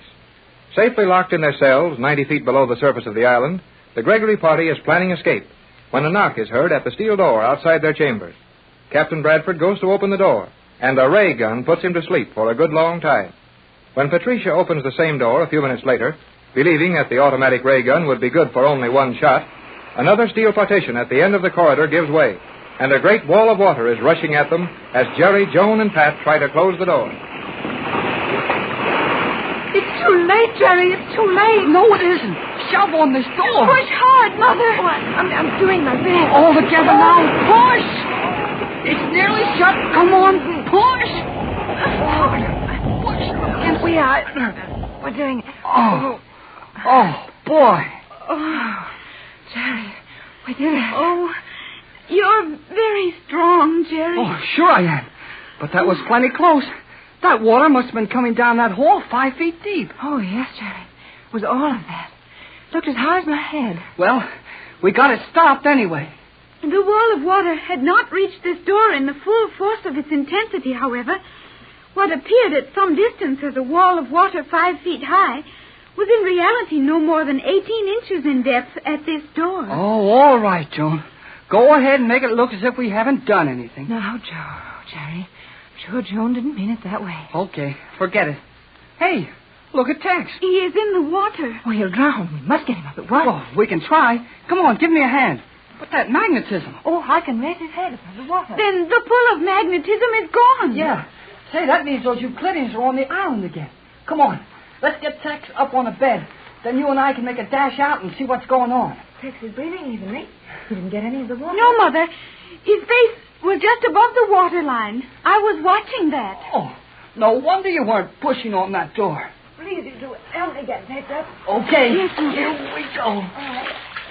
Oh, he sure is heavy. Jerry, how many times must I tell you that you should say surely is heavy and not sure is? There you are, Mrs. Gregory. I'm wading around in water over my ankles, carrying the heavy end of a 200-pound man, and she takes time out to give me a grammar lesson. Sorry, look, Jerry, but you stand it well. I can take it all right. Now, let's ease him down over here. Oh, this will do nicely. Oh, dear. Tex is heavy, isn't he? His normal weight would be greatly increased by the total relaxation induced as a logical effect of the rays. Yeah, and he weighs more, too. That is precisely what I said, Jerry. It was not. You said... Oh, Jerry. No more now, please. I'm sorry. You are always saying you are sorry, but you never make any attempt to improve your habitual method of procedure. What's the matter with my habitual method of procedure? Oh, Jerry, please. Oh, sorry. What's the use? Come on, Joan. We're not doing any good here. And Tex will be all right as long as he sleeps like that. Let's sneak out for a quick look around before any of those Euclideans get a chance to come down here and see how we're living under the water. But the water, Jerry. We will not be able to open the door now. You will have to postpone your look around. I don't think so. That water was shut off just as quickly as it started to flood. Why would you think that? You didn't hear a sound of it after we got the door shut, did you? Well, no, that's true. But these chambers are soundproof. You would not hear the water even if it still rushed at maximum velocity. Maybe and maybe not. I'm going to have a look. If you must be silly, I will accompany you, Jerry. Oh, will you two please be very careful? Oh, Jerry, the water. Yeah, it ain't. No, it ain't, Jerry. No water either. Look on this floor. Why, the water is gone. What a marvelous place this island is. Come on, Joan. Yes. How long will you be gone? Oh, not long, Mother. Now, you be very careful, won't you, Jerry? We'll keep our eyes open. And take no chances. We will proceed with caution and deliberation. Yeah, and we'll be careful, too. Jerry Hall, why must you pretend to misunderstand me every time I use a word of more than one syllable? Because you try to show off by sticking a lot of big words in where one syllables would get us said better and quicker. Now we'll open this door. One moment, Jerry. Before you open the door, listen to be sure the water is gone from the corridor. I thought you said these doors were soundproof. Oh, that was silly of me, was it not? It was, plenty. You're slipping, Joan. Continued association with you has done much to undermine... Wait a minute. Association with me won't do you any harm. Now remember that you're used to being one of these smart Euclideans for a minute, and tell me what to do before I open this door. It is never safe to guess on Euclidia. Oh, nothing is safe here. But this door can't do any more than spill a lot of water in on us. Here goes. Nothing. No water. Nothing in the corridor. Well, don't look so sorry about that. Come on, Joan. Hey, listen to our steps and our voices. We're in one of those echo chambers again. Yes, Jerry. And with all the electrical devices functioning as usual, we may consider it an established fact that the scientists have returned to the island. Then this thing gets worse. We may have to worry about some outsider blowing up this island without knowing we're here. And all the time keep right on worrying about what sort of tricks G47 is going to pull. G47 will spare no effort to secure Captain Bradford's formula.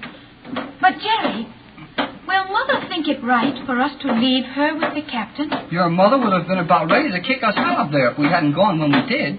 Why, Jerry? Well, maybe you haven't seen enough of your mother in text to notice it. After all, you've only known your mother for the little while we've been on this island. But if you could have seen them on the deck of the yacht when we were coming down here on those moonlit nights, oh, boy. I am not at all sure I understand what you mean. No, you wouldn't. These Euclideans may know a whole lot more than I do about chemistry and electricity and all that. But they can use a little common sense. The possession of common sense would enrich you also, Jerry Hall. Golly whiskers, the girl submarine commander again. It is indeed S1. Is your position so enviable that you have time to stand with a gaping mouth and blinking eyes, Hall? No matter whether I've got time or not, I can't help feeling nervous every time one of you Euclideans jump through a steel wall at me without making any noise. The commander did not come through a wall, Jerry. She merely stepped around the corner of this hallway. You have not lost all sense of proportion, Cleostra, even though your wits are of necessity dulled by contact with young Hall. Never mind about sharpening up my wits.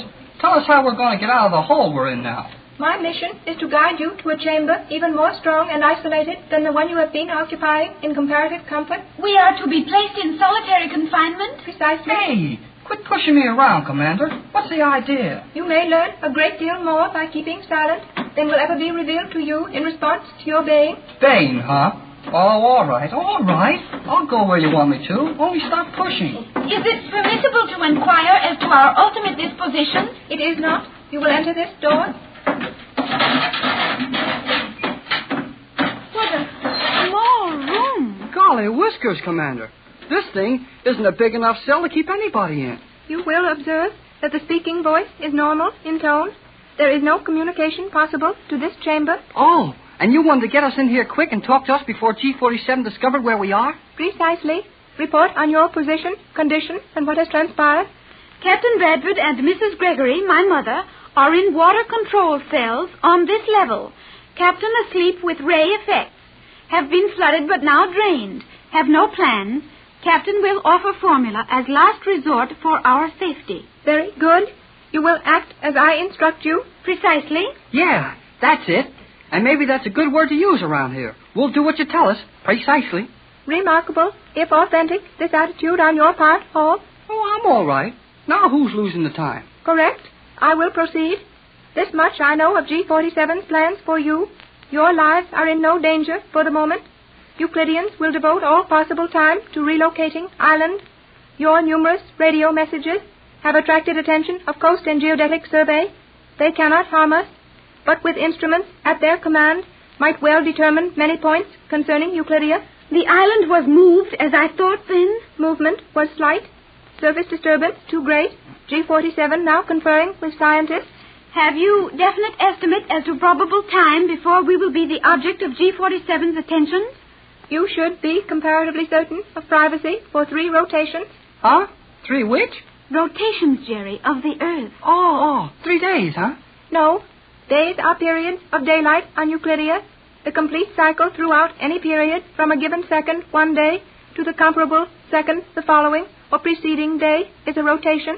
Oh, okay. 24 hours then, huh? As time is roughly figured in your world, yes. Never mind the cracks about my world. What do we do, Commander? That you must plan for yourselves. I have given you 3 rotations of assured privacy. Must I do your thinking for you as well? We will evolve a plan. Yeah, we might even get an idea. Say, where's the other two members of Mrs. Gregory's crew? McLeod, the Scotch engineer, and the old Yep and Nope skipper. They are safely under guard aboard your boat. The boat is in a submerged lock? Precisely. Oh, and where are those little homing pigeons? G47 has them in his private laboratory for personal study. Gee, sure looks like we'll have to do all this ourselves, Joan. I will be on my way. Do not speak as I leave.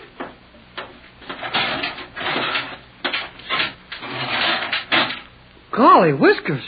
That girl sure comes and goes fast. The commander risked her life to bring that message to us. I know it.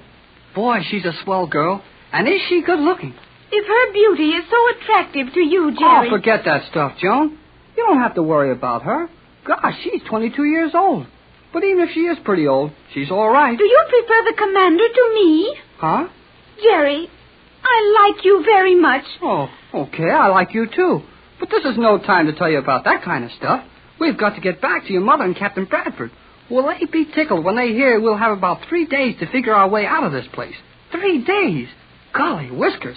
I'll bet Tex can figure out how to be halfway to New York in that time. If he wakes up. If he wakes up? Yes, Jerry. The captain may sleep longer than we had thought. Yeah, he might. Hey, you're sure a help.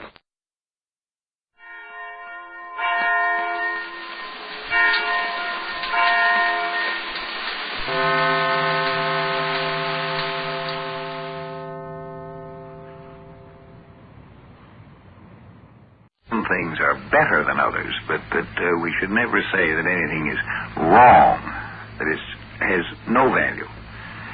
That's not true. There are things that are wrong.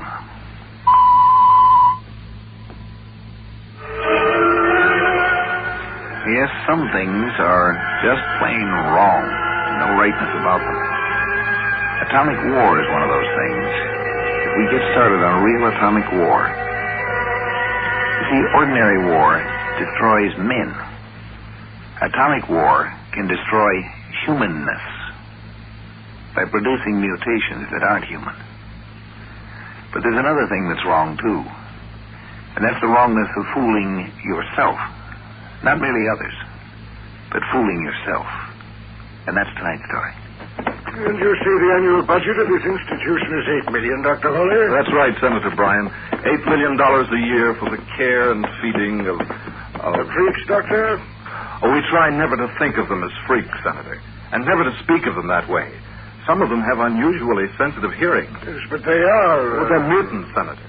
Genetic sports created by radioactive fallout. You might say they're martyrs to the criminal stupidity of the 20th century. Well, is it compulsory for a mutant to live in an institution like this? I confess I'm not completely familiar with the legal aspect. Compulsory? No, Senator. It's not compulsory. But it's often simpler for a mutant to live within these walls than out there in the world at large. So I can understand that. 80% of them have come here voluntarily. And the rest? Committed by relatives who couldn't stand the sight of them. But, come, let me show you some of the patients, Senator. That's Anna over there. You'll notice I didn't bother knocking. Anna doesn't hear sound. When she wants privacy, she just bolts her door. But what is she doing? Thinking. That's all? Just thinking? Well, that's all she ever does, Senator. She's busy working on a new cosmological theory. Come, Senator. We're disturbing her concentration. Let's try another room. Now, there are many different types of mutations, of course, Senator. Hardly any two are alike. And some of our patients are simply physically deformed. You know, an extra limb, a strange texture of skin, differences like that. But others are more or less normal physically, but have unusual mental ability. And still others, like Anna here, well, they're both deformed and mentally unusual. Now, in this room, we have a pair of remarkable mutants. Dr. Hawley, what's that coming up the hall toward us? It's Merrick, one of our more interesting patients. You let them wander around the hall? This isn't a prison, Senator. Hello there, Merrick. Where are you heading? Taking a little walk, Dr. Hawley. This is Senator Bryan. He's paying us a visit here today. He's on the Senate Appropriations Committee. How interesting. I'm leaving here, Dr. Hawley, right now. Leaving? But you haven't been out of here in 10 years, Merrick. I've decided to give the world another chance. You know the rules, Merrick. If you volunteer to come in as a patient, you have to give 3 months' notice. Now, that way we can prepare you for life in the outside world. I'm leaving right now, Doctor. 10 minutes after I'm gone, you will forget all about this. You remember there was once a Clyde Merrick here, but according to your records, he was discharged today, September 4th, 2019. You go directly to the recording computer and make the change. And as for you, Senator, whatever your name, you will have no recollection whatever of this conversation. And when you return to Washington, you will do your best to see that Dr. Hawley's appropriation is increased. Is all that clear? Good. Goodbye, Dr. Hawley. Thank you for everything. Very well, Senator. Let's continue our little tour now. Suppose I let you see our recreational therapy wing now. It's all right, Doctor. I don't feel very well. Could we sit down and rest for a while? The oddest sensation in my head. It's as if I fell asleep for a few minutes. I had a very strange dream. A young man talking to me. Maybe a little fresh air. It's rather warm in here. Yes. Fresh air would be good. Straight through that corridor. It'll take you to the courtyard. I'll be with you in just a moment. I have to stop in at the office and make an entry on a patient's record. Something I've been meaning to do for a long time. I keep forgetting it. I'll be with you in a moment, Senator.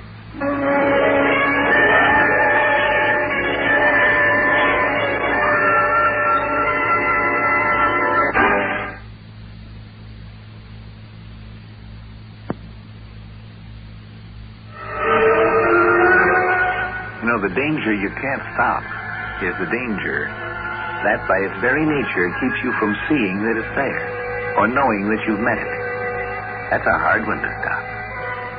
It camouflages itself so that you don't even know you encountered it. Driving to town, miss? Yes. Yes, I am, but I never pick up strangers when I'm driving alone. Why did I stop the car? You will give me a lift. Sure. Climb in. Over here next to me. Thanks. I was sure you would change your mind.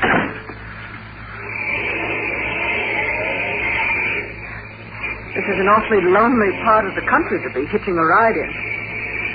Where are you coming from? You see that building up on the hill with the brick fence around it? Yes. Do you know what that is? Some sort of government hospital, isn't it? Close. It's a sanctuary for mutants. That's where I was coming from. From the mutant sanctuary? But are you a mutant? Do I look like one? I don't know. You look... How do I look? I look perfectly normal, don't I? Yes, you look perfectly normal in every way. Tell me how I look to you. You're tall, blonde, blue eyes, broad shoulders, nice smile. You'd say I was good looking? Yes. Yes, I'd say you were quite handsome. Thank you. What's your name? Lisa Roberts. You? My name is Clyde Merrick. Oh, you must work at the sanctuary, then. Yes, that's right. I work there. This is my afternoon off, and I thought I'd hitch a ride into town for some fun. Well, you're lucky I stopped for you. I'm going all the way into town. And you know, it's funny, too. I never usually stop for strangers. Tony says I shouldn't. Oh, who is Tony? My fiancé. You're going to get married, then? That's what having a fiancé usually means.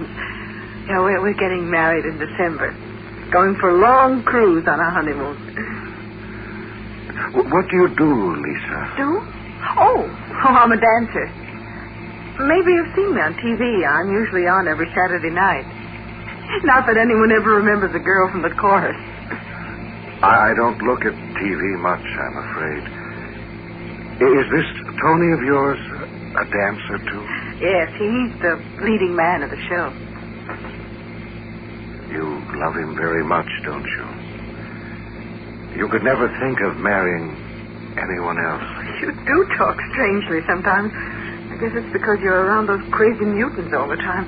Of course I love him very much. What do you think? How do you feel about mutants, Lisa? Just the way everyone else does, I suppose. What is that supposed to mean? Well, I feel sort of pity for them. But still, pity and all makes me feel creepy to think about people with two heads and all. None of them have two heads, Lisa. That particular mutation doesn't survive to adulthood. Most of the really strange ones die off the first few weeks of life. No, even so, I've seen pictures of them. It's a good thing they keep themselves cooped up in their sanctuaries. Good for them and good for us. But sometimes they leave the sanctuaries. They try to live like normal people. But they aren't normal people. Sometimes they can convince others that they are normal. We can be very convincing, Lisa. We? I'm a mutant, Lisa. I'm casting a mental projection that hides my true appearance. Oh, no. Leave me alone. Get out of the car. Oh, slow down. I won't hurt you. I'm very friendly. I'm a lonely person, Lisa, and you're so beautiful. You're not afraid of me, are you?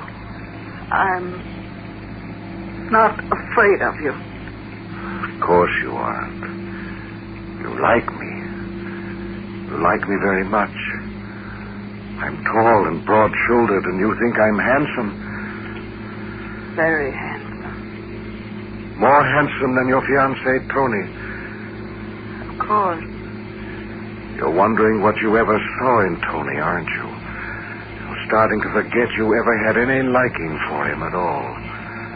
I can't imagine how I could ever let myself think I cared for him. You're forgetting him rapidly. You don't even know who Tony is now, but you know who I am, don't you? Yes. Yes, of course. And you love me. You've only known me for a few minutes, but despite that, you've fallen deeply in love with me. Haven't you, Lisa? Yes. I love you, Clyde. And I love you, Lisa. Will you marry me, Lisa? Of course, Clyde.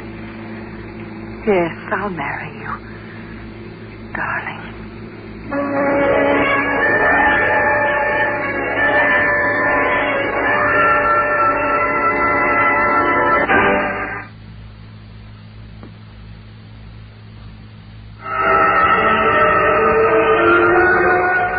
Of course, it isn't really Clyde Merrick's fault. He's not responsible for what he is. He was made that way by the genetic mutations caused by too much atomic warfare. It isn't his fault. But that doesn't make him tolerable, does it? He is an intolerable menace. Oh, that was a wonderful meal, darling. You know, I don't know how you did it. All those people waiting in line for tables, and the head waiter just took you right over to the spot. I have ways of being persuasive. Oh, I see.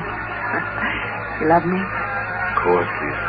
We'll be married tomorrow and go far, far away. Rent a cabin somewhere and stay there for months and months and just read and fish and sleep. Oh, it sounds wonderful. It is wonderful. Just the two of us. I can't wait. You're not worried about Tony, are you? Tony? I don't know anyone named Tony, do I? No, you don't know anyone named Tony. Come on, let's get out of here. If you say so, darling. Where will we go? Your car. We'll drive out into the country. You can't see the stars here in town. You haven't paid the check. It doesn't matter. You see them trying to stop me? Well, no, but I can eat for free anytime. You see? They're smiling goodbye to us.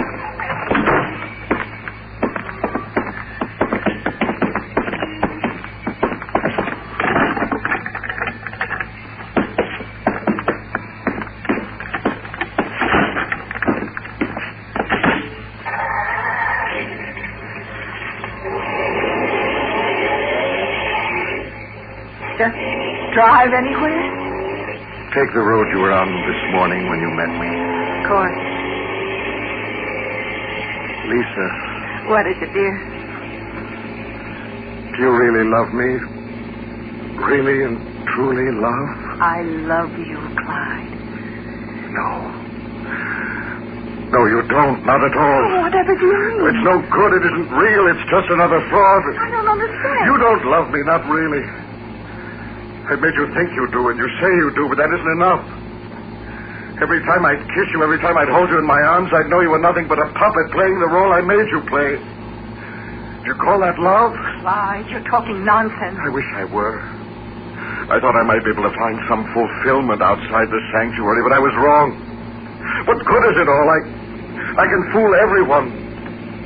Everyone except myself. Lisa, tell me again.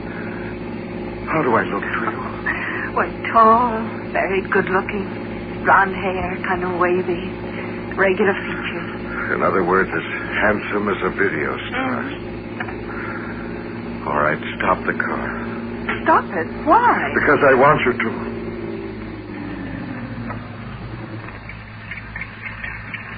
Well? Ever since I left the sanctuary this morning, I've been projecting a false appearance. It's a power of mine. Something special I have, thanks to the otherwise unkind providence. I'm going to turn that projection off now, Lisa. Let you have a look at me as I really am. As I look without the benefit of hypnotic trickery. Oh, no! Oh, no! Hideous. That face, those eyes, the skin. Everything's all right now. You're starting to forget. In a moment, you'll have forgotten it. There. All better. How do you feel? All right, Clyde. Good. But you see, Lisa, I was wrong. I thought if I left the sanctuary at last, disguising myself as one of the normals, I could be happier. I could... But it would be a synthetic happiness. You can't live on nothing but cotton candy, Lisa. Start the car. Yes, Clyde. Drive up the hill to your left. And that's it, right up to those big gates.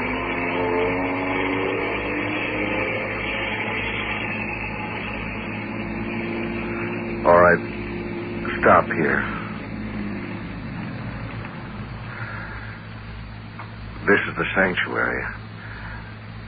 I'm back home now. Home to stay where I belong. Clyde, I'm all mixed up. I don't know what's happening. You're going to turn your car around and drive home, Lisa. You're going to go home and go to bed. And when you wake up in the morning, you'll have no recollection of today at all. You'll simply have lost a day. And you'll marry your Tony, and you'll be happy with him. Is that clear, Lisa? Yes, Clyde. All right now. You're beginning to forget me already. Say goodbye to me, Lisa. Goodbye, Clyde. That's right. No, don't kiss me.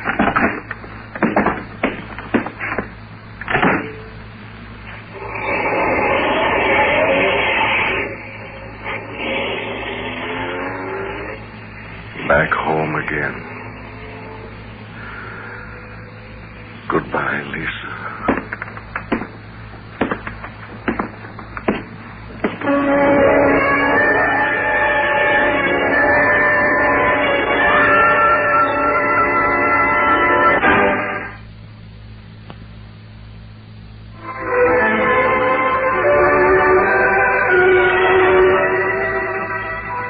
The saving grace in Clyde Merrick was that while he could fool all those around him, he didn't fool himself.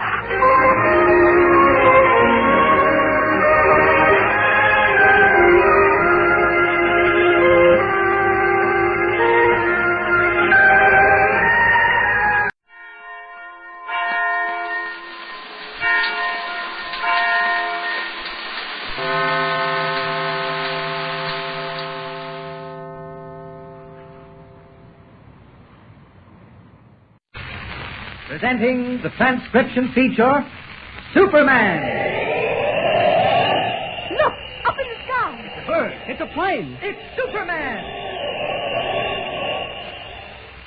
Yes, it's Superman, strange visitor from the planet Krypton, who came to Earth with powers and abilities far beyond those of mortal men. Superman, who can leap tall buildings at a single bound, race a speeding bullet to its target, bend steel in his bare hands, and who, disguised as Clark Kent, mild-mannered reporter for a great metropolitan newspaper, fights a never-ending battle for truth and justice. But before we join Superman, listen. And now to our story. When Lois Lane, jealous of Clark Kent's connection with the Secret Service, attempted to run down an espionage ring single-handed, trouble began. As matters stand now, Lois is a prisoner in a seemingly deserted factory some miles from the city of Metropolis. There, Max Heller, leader of the foreign agents, and the Yellow Mask, his newfound henchman, are supervising the construction of an army of huge mechanical men, radio-controlled monsters designed to create panic and destruction. Unable to make contact with his penthouse headquarters in Metropolis, even by secret shortwave wireless, Max Heller suspects the place has been raided and some of his best men rounded up. Believing Lois to be a Secret Service operative, he attempts to question her, seeking to learn how much the government knows about his activities. Failing in that, Heller issues a threat. Unless Lois talks, the first of the steel monsters will be sent to deposit incendiary bombs in a nearby shipyard. Terrified, Lois looks on as Heller presses a button on the radio control panel. Slowly, the mechanical giant lumbers toward the open doors, its blood-red eyes blinking horribly. The mechanical voice with which Heller has equipped it rumbling from somewhere inside its steel body. Stop me. Run for your lives. Run. Stunned, Lois shrinks back as the towering steel giant sweeps by her, its grotesque arms swinging like those of a mammoth gorilla. Suddenly, as it nears the open doors, Lois cries out to Max Heller. Stop it! I'll tell you anything you want to know. Stop it! I'm trying. There's something wrong with the control panel. That's not the truth. You're lying to me. Stop it! Fool that you are. Do you not see I'm doing everything possible? You've got to stop it. You've got to. What's wrong, Heller? What are you screaming about? Listen to me, Mask. Find Hirschman, my head mechanic. Something is wrong with this panel. Hurry! The mechanical man is out of control. Where is Hirschman? Dummkopf, in the machine shop. Well, what are you waiting for? Don't get excited, Heller. I'm going. Nothing can stop me. Run for your lives. With nothing guiding its movements save an uncontrollable radio impulse, the mechanical man, more horrible than ever now that it possesses a voice, leaves the factory behind and lumbers in the direction of the shipyard 5 miles away. The metallic plodding of its weighted feet shaking the very earth. Once again, the news spreads like wildfire. Women and children shudder behind drawn blinds, finding no comfort in locked and bolted doors. Suddenly, as though an unseen hand had reached down and wiped them clean, the streets are deserted. And still the mechanical man plods on, sounding its fearsome warning. Run. I'm the mechanical man. Nothing can stop me. Run for your lives. Meanwhile, miles away in the busy office of the shipyard superintendent, the first terrifying news of the mechanical man's approach comes from a panic-stricken yard patrolman. I've seen him near Studland, Mr. Kennedy. He's heading this way. The mechanical man. The mechanical man? Where did you get such fantastic information? O'Brien heard it on his car radio. Well, we'll soon check up on that. Wait a minute. Get me Captain Stanley at the police station. That's right. So call me back. There ain't much time, Mr. Kennedy. They say he's only a mile from the yard. Who said that? O'Brien. That's what he heard. Well, I'll have a talk with O'Brien. We're doing important work around here 24 hours a day. We can't be disturbed by stupid rumors that create panic. Yeah. Captain Stanley? Kennedy at the shipyard. Yeah. And one of our men here claims he heard a radio report to the effect... What? You say it's true? And it's headed for the yard? Yeah. Yeah, all right. Yeah, at once. Ring the alarm bell, Joe. We gotta clear this yard of every man in it. Come on, now, hurry. There isn't much time.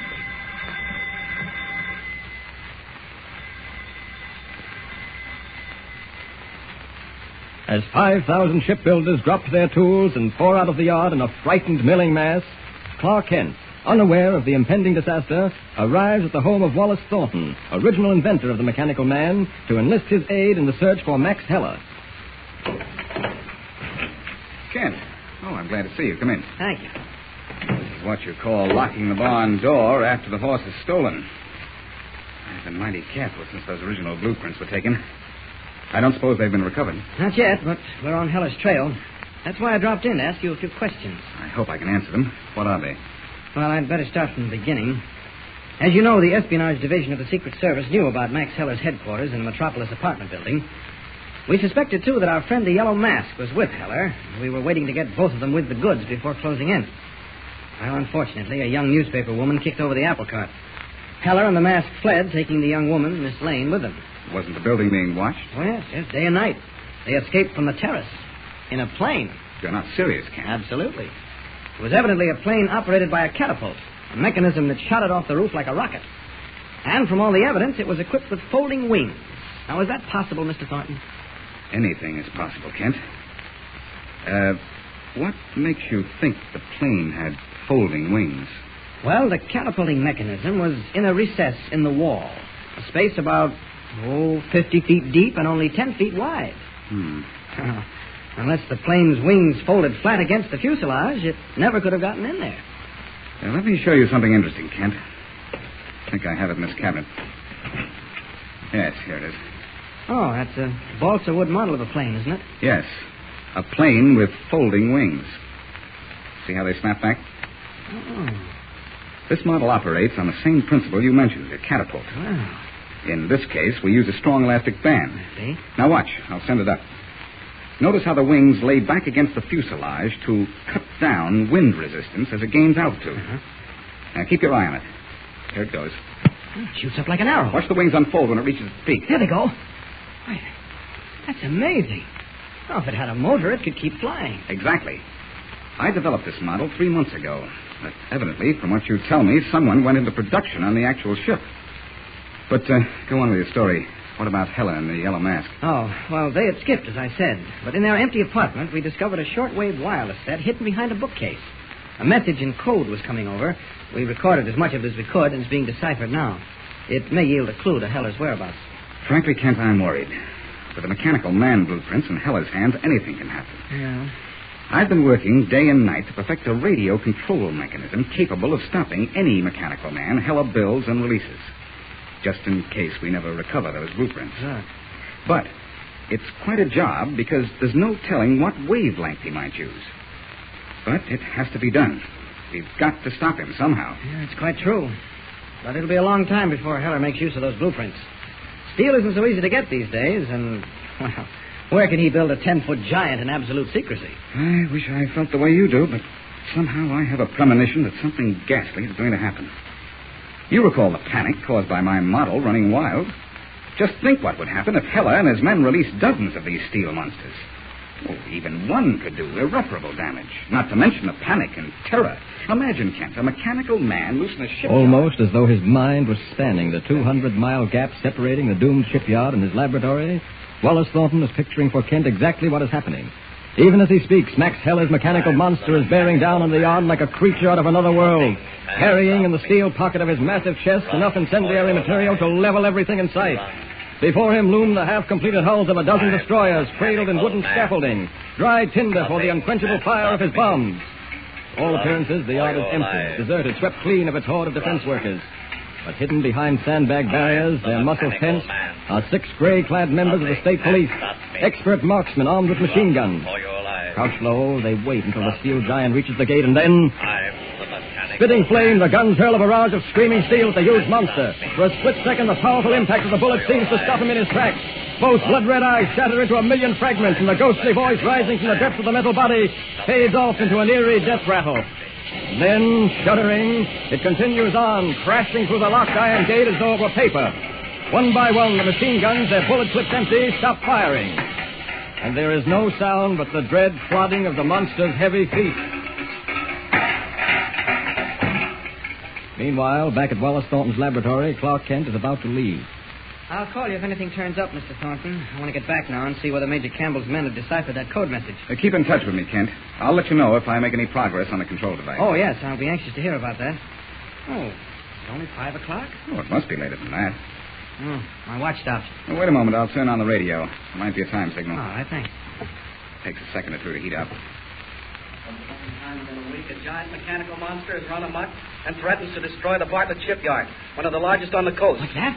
Less than 2 minutes ago, the steel Frankenstein was reported crashing through the yard gate, despite the best efforts of state police marksmen to stop it with machine guns. The Bartlett yard, located at Haynes River, has 12 destroyers ready to launch and a dozen more partially built. The police seem I got to go, Mr. Thornton. Kent, come back. This is serious. I know it is. I'll call you. Kent, wait a minute. Don't go. Bartlett Shipyard, eh? Haynes River. I just stuck around the side of this building. There's still enough daylight to make it risky, but I've got to take the chance. As Superman. Up! Up! And away! Racing against time and risking detection in the gray light of dusk, Superman leaps into the air, swings north, and like an arrow in flight, wings toward Haynes River 200 miles away.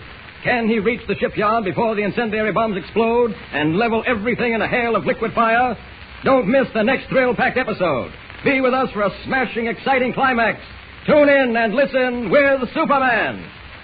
Don't forget, tune in again for the next thrilling episode with Superman.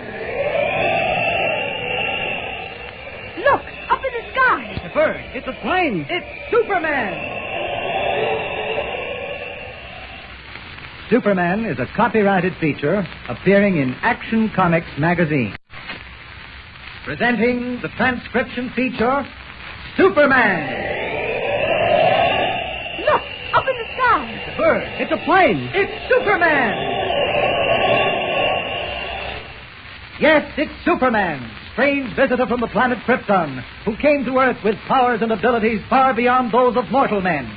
Superman who can leap tall buildings at a single bound, race a speeding bullet to its target, then steel in his bare hands, and who, disguised as Clark Kent, mild-mannered reporter for a great metropolitan newspaper, fights a never-ending battle for truth and justice. But before we join Superman, listen. And now to our story. When we last saw Clark Kent, he had dropped his reporter's disguise and, as Superman, was flying to the Bartlett Shipyard at Haynes River.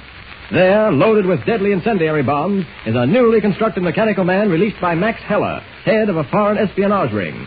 Already, the steel monster, towering 10 feet high and impervious to bullets, has crashed through the yard's iron gate and is slowly approaching the water's edge where 12 naval vessels, ready to launch, are resting in their inflammable wooden cradles.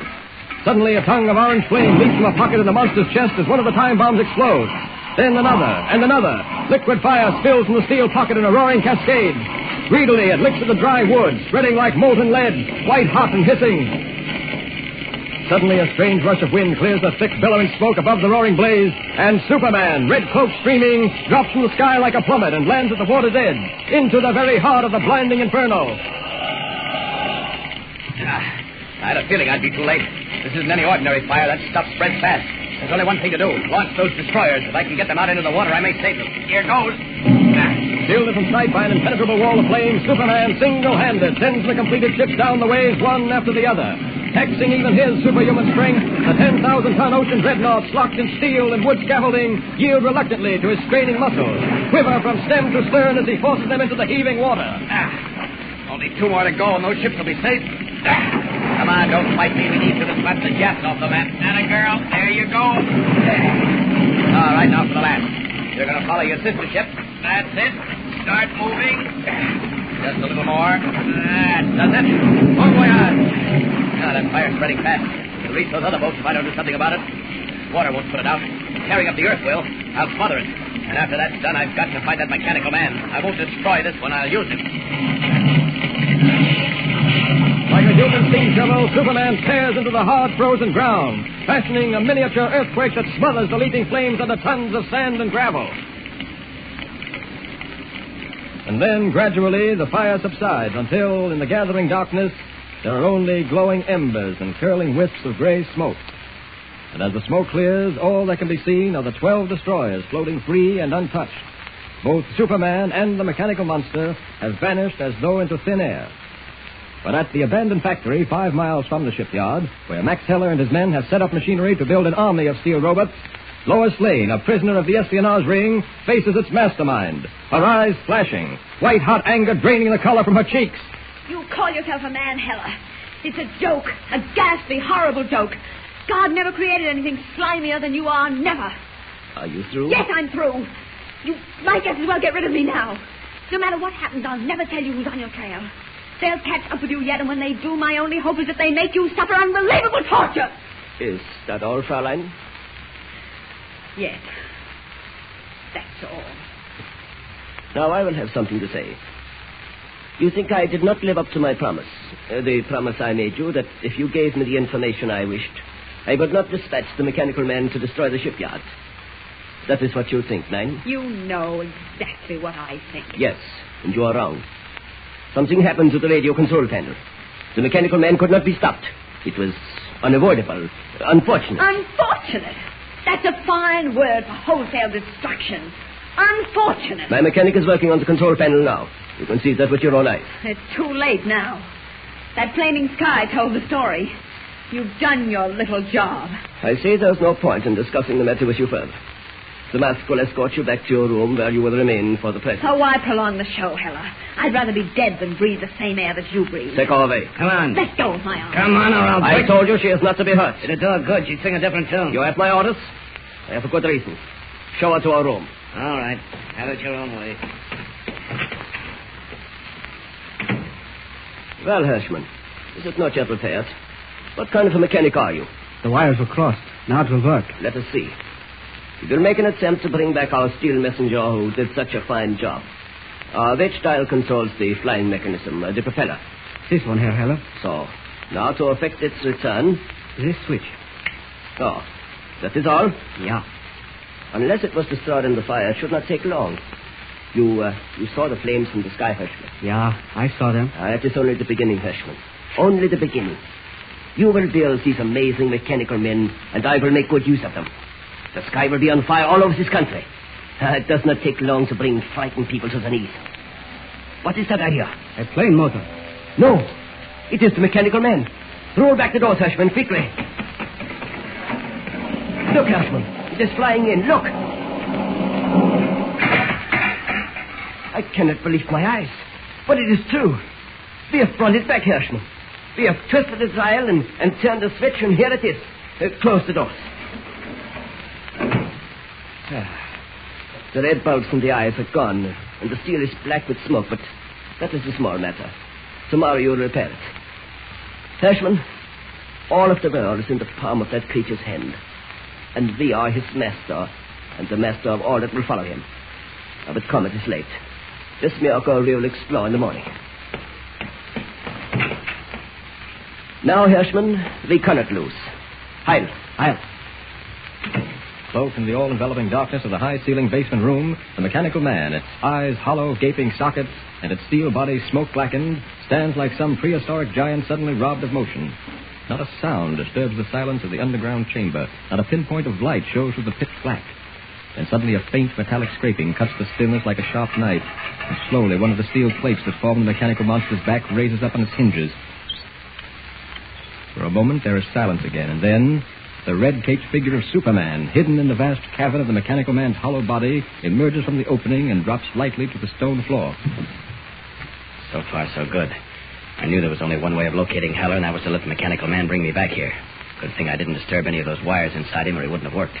Now to find Lois and those blueprints. After that, Heller and the mask will be taken care of, and well, this door should lead someplace.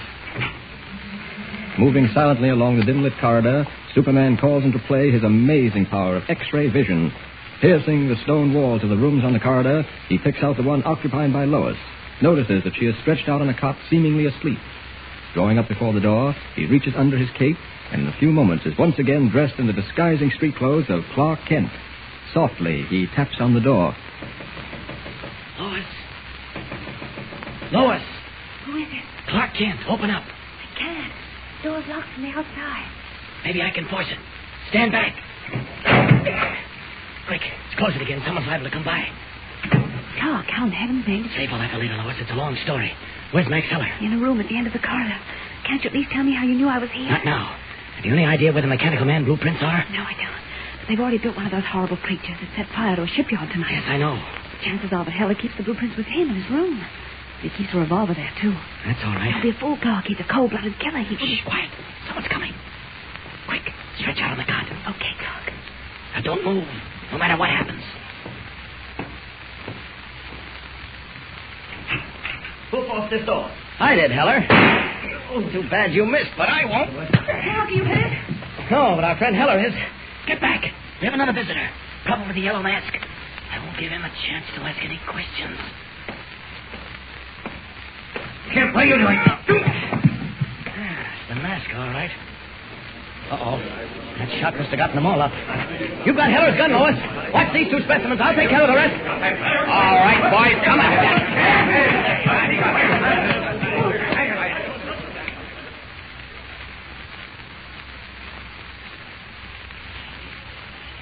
Come into this office, Mr. Thornton. It's too noisy out here. Yeah, that's better. Well, I was sorry to have to drag you down to the Daily Planet to give you these blueprints, but I've been so busy tying up loose ends I couldn't get away. I don't mind in the least, Mr. Kent. Frankly, I'm the most amazed man in the world. How you ever rounded up that espionage gang and recovered these plans will always be a mystery to me. Well, I was lucky, that's all. Well, it was more than luck, Kent. I'm sure you don't appreciate what you've done for your country. It's beyond description. I feel much safer now that Heller is behind bars. He isn't. What do you mean? Major Campbell called me an hour ago. Heller died of a heart attack while being transported from police headquarters to the city jail. Well, I don't like to say it, but that's even better. The man was ruthless and clever. Probably the most dangerous individual in the country. His death is no loss to any of us. No, it's excuse me. Kent speaking. Mr. Kent? Yes? I called to compliment you on your achievement. It was very remarkable. But perhaps next time the tables should be turned. Who is this? Max Heller. Stunned, Clark Kent stares into the telephone mouthpiece. Can he believe his ears? Has he been listening to a voice from the dead? Or is it some trick? Don't fail to hear the next episode for a startling development in this story of foreign espionage. Tune in and listen with the Superman. Don't forget, tune in again for the next thrilling episode with Superman. Look, up in the sky. It's a bird. It's a plane. It's Superman. Superman is a copyrighted feature. Presenting the transcription feature, Superman. Look, up in the sky. It's a bird. It's a plane. It's Superman. Yes, it's Superman, strange visitor from the planet Krypton, who came to Earth with powers and abilities far beyond those of mortal men. Superman who can leap tall buildings at a single bound, race a speeding bullet to its target, then steel in his bare hands, and who, disguised as Clark Kent, mild-mannered reporter for a great metropolitan newspaper, fights a never-ending battle for truth and justice. But before we join Superman, listen.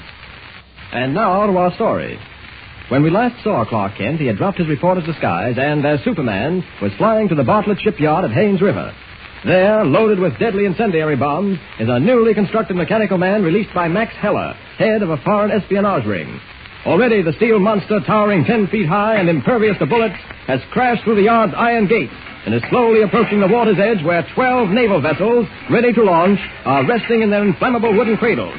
Suddenly, a tongue of orange flame leaps from a pocket in the monster's chest as one of the time bombs explodes.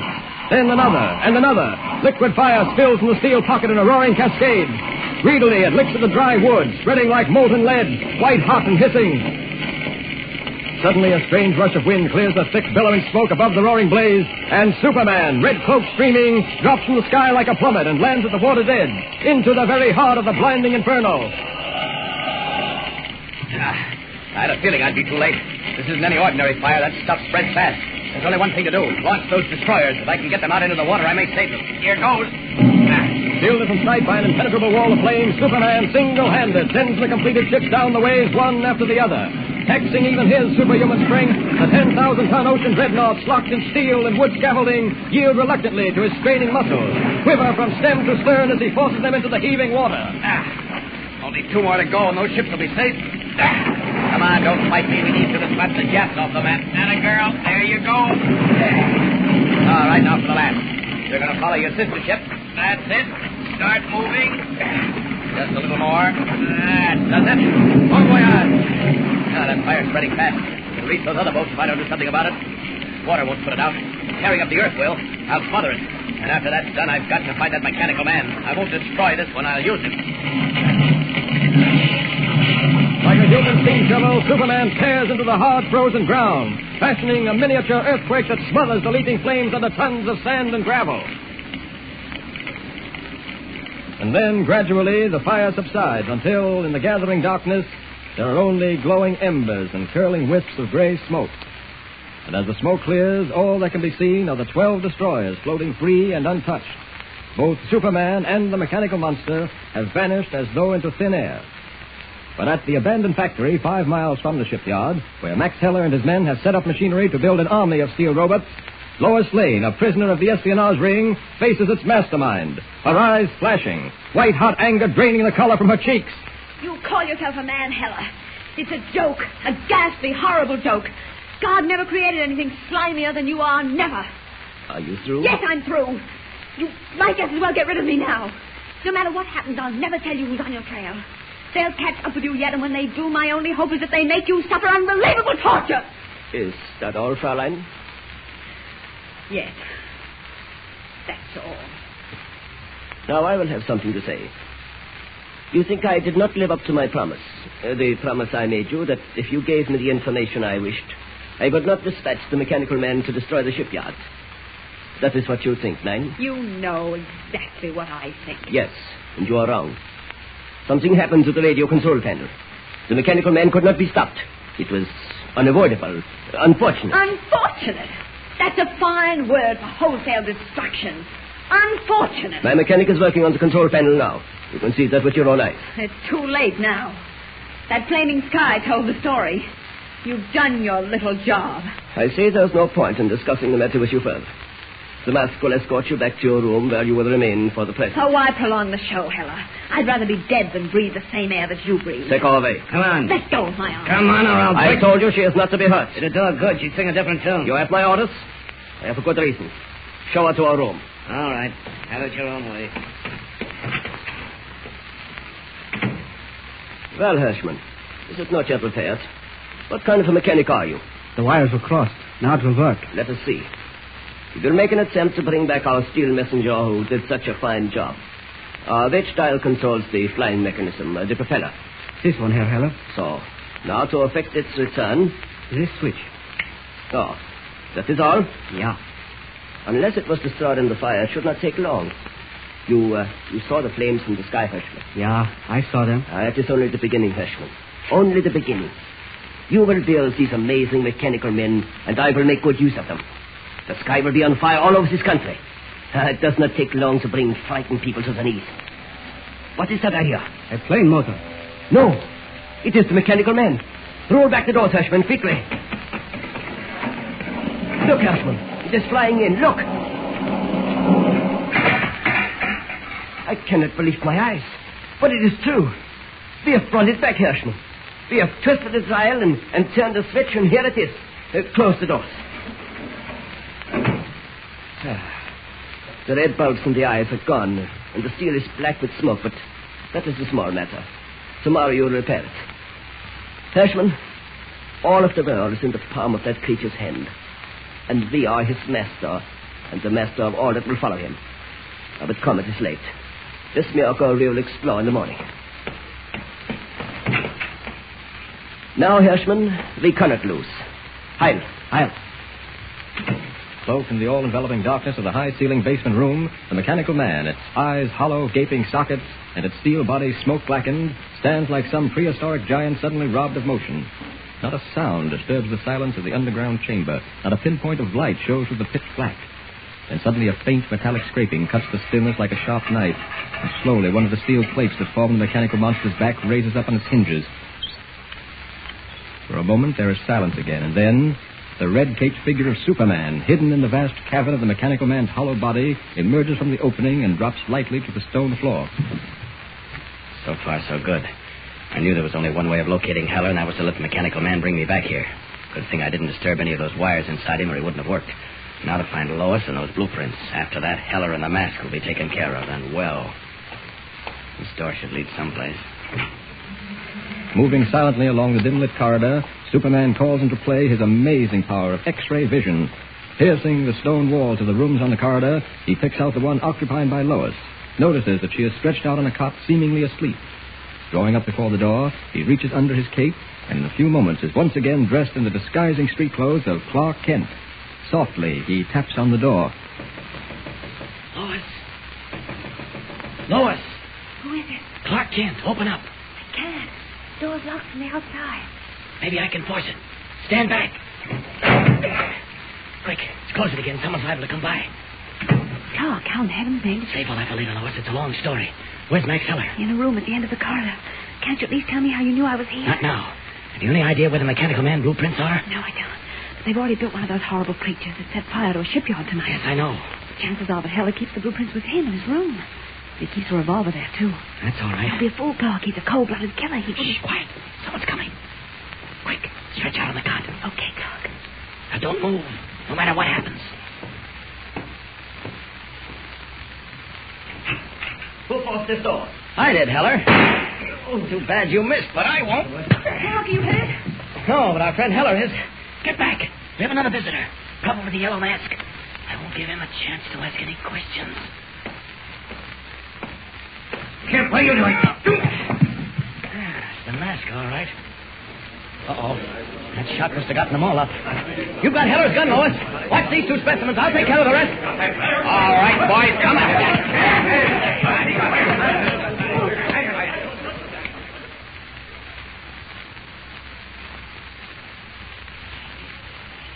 Come into this office, Mr. Thornton. It's too noisy out here. There, that's better. Well, I was sorry to have to drag you down to the Daily Planet to give you these blueprints, but I've been so busy tying up loose ends I couldn't get away. I don't mind in the least, Mr. Kent. Frankly, I'm the most amazed man in the world. How you ever rounded up that espionage gang and recovered these plans will always be a mystery to me. Well, I was lucky, that's all. Well, it was more than luck, Kent. I'm sure you don't appreciate what you've done for your country. It's beyond description. I feel much safer now that Heller is behind bars. He isn't. What do you mean? Major Campbell called me an hour ago. Heller died of a heart attack while being transported from police headquarters to the city jail. Well, I don't like to say it, but that's even better. The man was ruthless and clever. Probably the most dangerous individual in the country. His death is no loss to any of us. No, it's a... Oh, excuse me. Kent speaking. Mr. Kent? Yes? I called to compliment you on your achievement. It was very remarkable. But perhaps next time the tables will be turned. Who is this? Max Heller. Stunned, Clark Kent stares into the telephone mouthpiece. Can he believe his ears? Has he been listening to a voice from the dead? Or is it some trick? Don't fail to hear the next episode for a startling development in this story of foreign espionage. Tune in and listen with the Superman. Don't forget, tune in again for the next thrilling episode with Superman. Look, up in the sky. It's a bird. It's a plane. It's Superman. Superman is a copyrighted feature appearing in Action Comics magazine.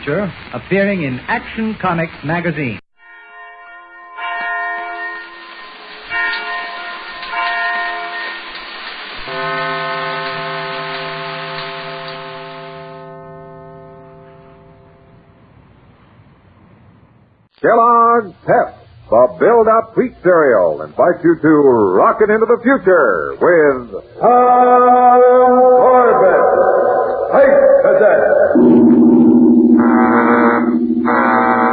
Stand by to raise ship. Blast off. -5, 4, 3, 2, 1, 0. Soaring rockets blast off the distant planets and far-flung stars, we take you to the age of the conquest of space with Corbett, Space Cadet.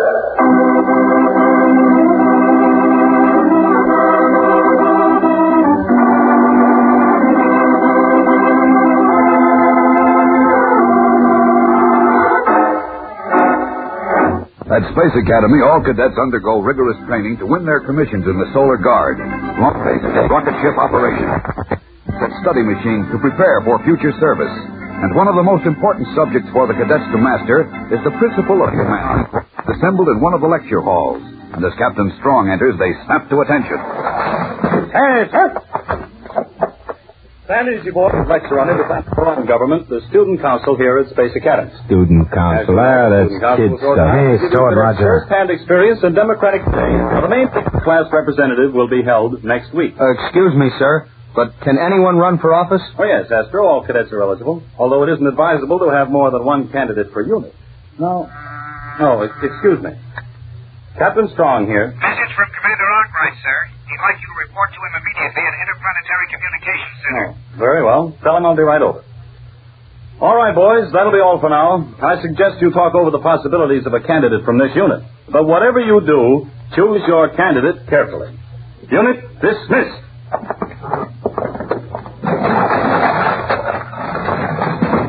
Tom, you're the logical choice for that office in this unit.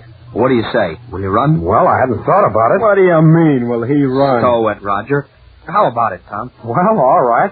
But I'll need both of you to help me campaign. After all, the other units will be putting up some tough competition. Sure we'll help. Won't we, Raj? Count me out, Junior. I'll be campaigning for someone else. What? Oh, candidate Roger Manning.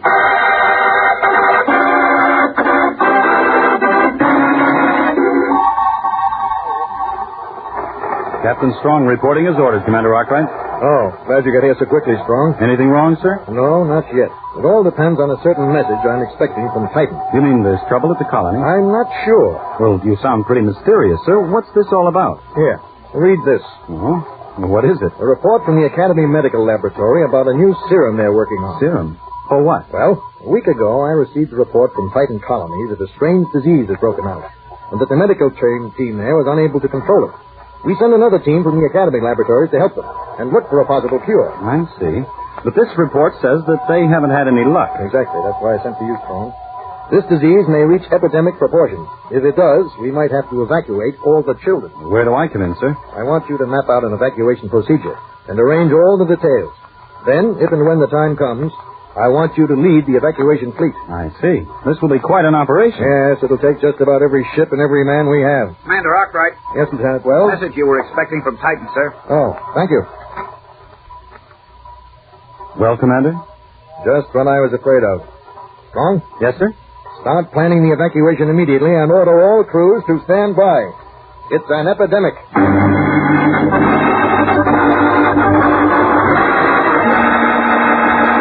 We'll return to the exciting adventures of Tom Corbett, Space Cadet, in just a moment.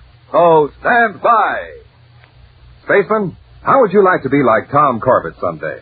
Say, wouldn't it be fun to go to Space Academy and learn how to pilot a rocket ship?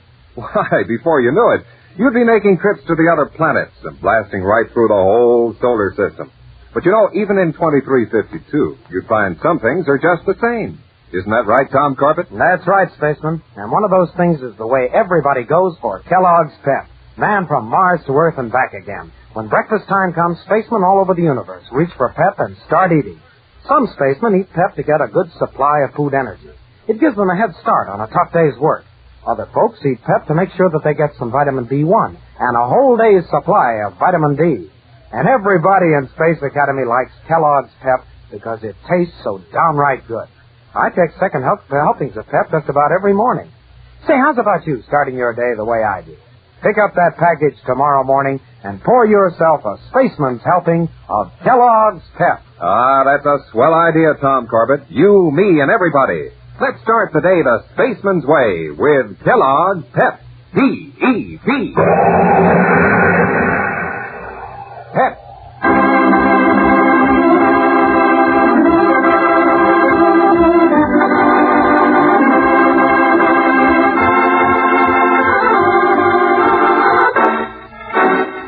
Unaware of the epidemic on Titan, the Space Cadets actively campaign for the coming election of representatives to the Student Council.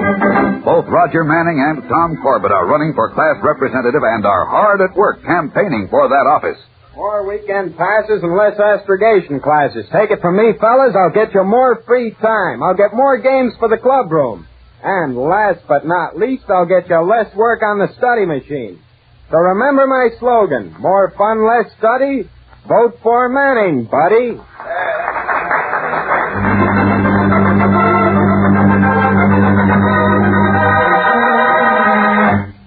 Student Council was created to teach us the principles of democratic government. And it's the closest link between the cadet body and the faculty offices. Any representative on the council must know all the problems of the cadets and be able to fight for them.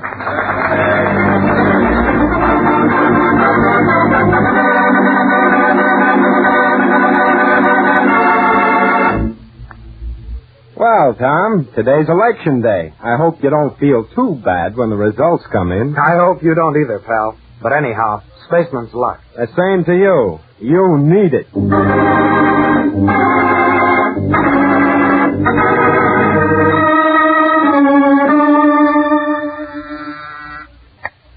Captain Strong here. Strong, this is Commander Arkwright. I've just received a message from Titan. The children will have to be evacuated. Are your plans made? Yes, sir. I can put the whole operation into effect on 2 hours' notice. That's too long. It has to be immediately. Well, very well, sir, but the cadets are in the assembly hall voting. Today is their election day, you know. The election will have to wait. Order all ships prepared for immediate blast-off.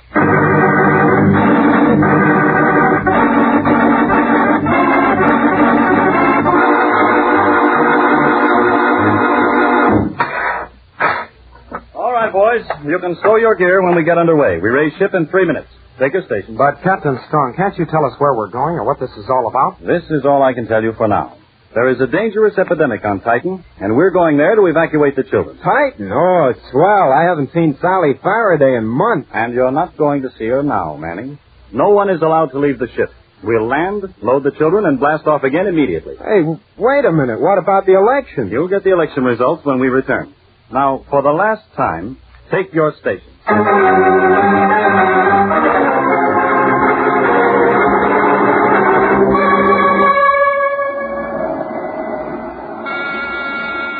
Control deck here. Hey, Tom, do you think we'll be able to get any food on Titan? I'm sick of these concentrations. It'll do you good. Take some weight off, you big Venusian elephant. Who asked you, Manning? You know, fellas, I was just thinking. They've probably counted the ballots by now, and they know who the class representative is. We won't know who won until we get back, Roger, so why worry? That's a good attitude, Junior. Why worry about something you can't have?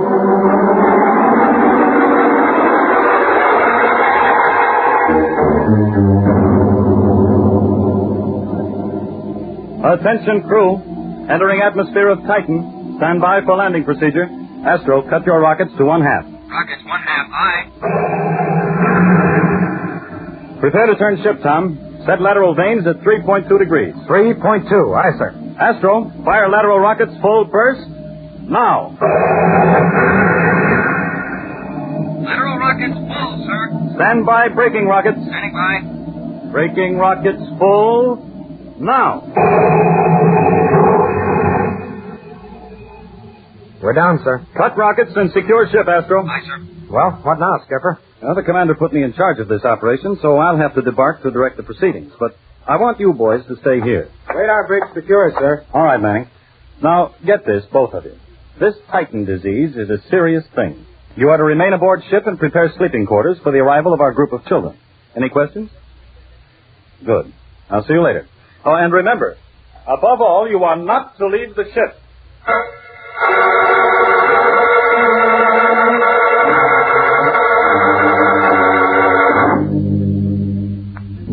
Hey, Hotshot, hand me a couple of those blankets, will you? Manning! Hey, Roger! Main quarters to control deck. What is it, Astro? Is Roger up there, Tom? No, I thought he was working with you. Well, he was a few minutes ago, but now he's disappeared. Did you look in the supply hole? No, but I'll check it now. Hold it, Astro. Oh, that stupid space-happy fool. What's the matter, Tom? Did you find him? I found him all right, Astro. I just saw him run across the spaceport, headed for the colony. Oh, no. Yes, it looks like Roger was determined to see his girlfriend come with me.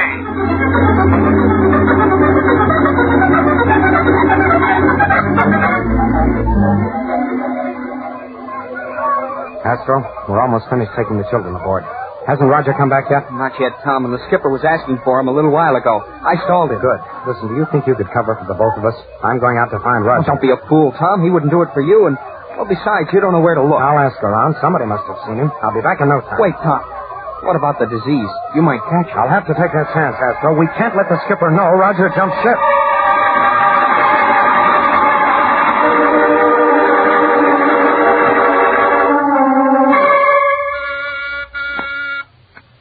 control deck, aye. Astro, this is Captain Strong. Where's Corbett? Well, he was here a minute ago, sir. Well, get hold of him and Manning and tell them to stand by for blastoff. All the children are aboard. Aye, sir. By the craters of Luna, what do I do now? Hey, Junior, everything go all right without me? Everything went better without you. Tell Tom to take over here, quick. Tell him yourself. I don't know where he is. Huh? Isn't he with you? No, I haven't seen him since I left the ship. Why? Oh, great. He went out to look for you, and he's not back yet. So what? He won't get lost. No, but the skipper just ordered us to stand by for blastoff. Don't worry. That's probably him now. All right, Manning. Astro, take your stations. Hey, where's Tom? I thought I told you to have him stand by, Astro. Well, yes, sir. You did. Well, why isn't he here? That is, Well, you see, sir, I get it now.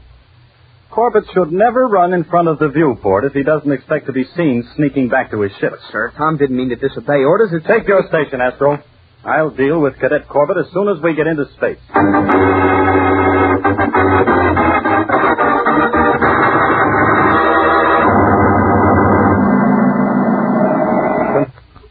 Control deck to radar bridge. Radar bridge, aye. We're clear of Titan, Manning.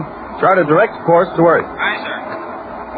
Now then, Cadet Corbett, did you understand my instructions about remaining aboard ship? I did, sir. Then would you mind telling me why you disobeyed them? Well, sir, I can't. What do you mean you can't? I have no excuse, sir. Oh, what's the matter with you? Well, you're as pale as a ghost. I feel a little dizzy, sir. Oh, well, you better go down and lie down. I'll take this matter up with you later. Aye, sir. Thank you, sir. Tom. Tom! Great galaxy. Astro, get up here right away. Tom just blacked out.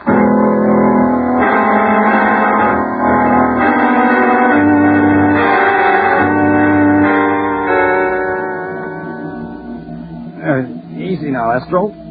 Put him in his bunk. Right, sir. There. Now, some blankets. He's shivering like a wet puppy. We got to keep him warm. What do you suppose is the matter with him, Captain Strong? Well, I'm no medic, Astro, but from what I saw on Titan, he has all the symptoms of their disease. But then what can we do for him, Skipper? Oh, not much, I'm afraid. If the Academy Laboratory has been able to perfect their serum, that's our best bet. But we'll have to get Tom back to Earth in a hurry. Blasted, I warned him not to leave the ship. Oh, you knew about it all along. Well, then suppose you tell me why he disobeyed my orders. Well, sir, he didn't really disobey. He only wanted to help. I mean, he just tried to... Wait a minute. Strong here. Go ahead. Sir, I have Commander Arkwright on the teleceiver for you. All right, Manning. Feed it down here. Stand by, sir. Go ahead. Commander Arkwright, this is Captain Strong. What's the matter, Strong? Any trouble with the evacuation? No, sir. It's Cadet Corbett. I'm afraid he's contacted the Titan disease. Oh, I was afraid of that. I hope you can isolate him from the children. Yes, sir. I have him in the crew's quarters. But, Commander, what can we do for him? The work on the serum is almost completed, Strong. The lab has had good results with their tests on animals. All that remains to be done now is a test on a human. Perhaps we can make that test on Corbett. I'll meet you at the spaceport. Get here as fast as you can.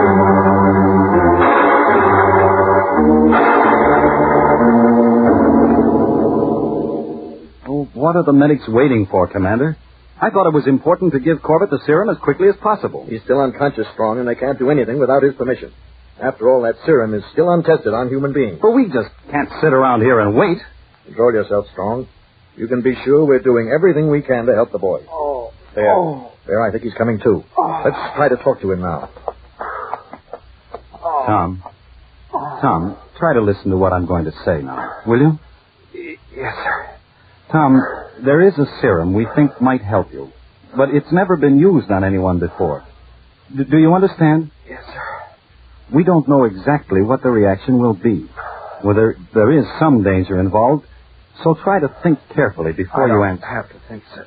Go ahead. Son, it may not work. I can't be any worse off than I am now, sir. Besides, if it doesn't work, well, then you can stop the epidemic. Go ahead. Good boy. Now, don't worry about a thing. These medics are very capable. And the commander and I will be right here with you all the time. Close your eyes and rest now, Tom. Aye, sir. All right, Doctor. You may begin. Spaceman's luck, Tom. Spaceman's luck.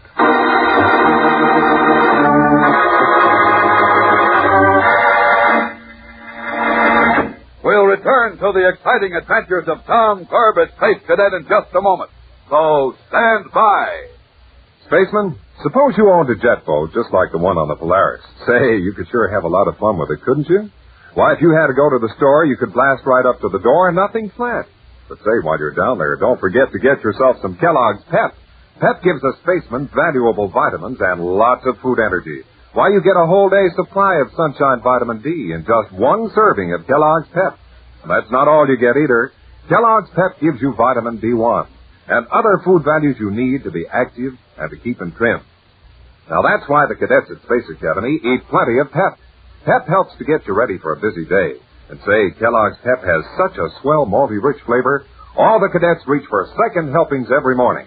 As Tom Corbett always says, start your day the spaceman's way with a heaping bowl full of Kellogg's Pep. Right, Tom? So ask your mom to get Kellogg's Pep. P-E-P. Pep.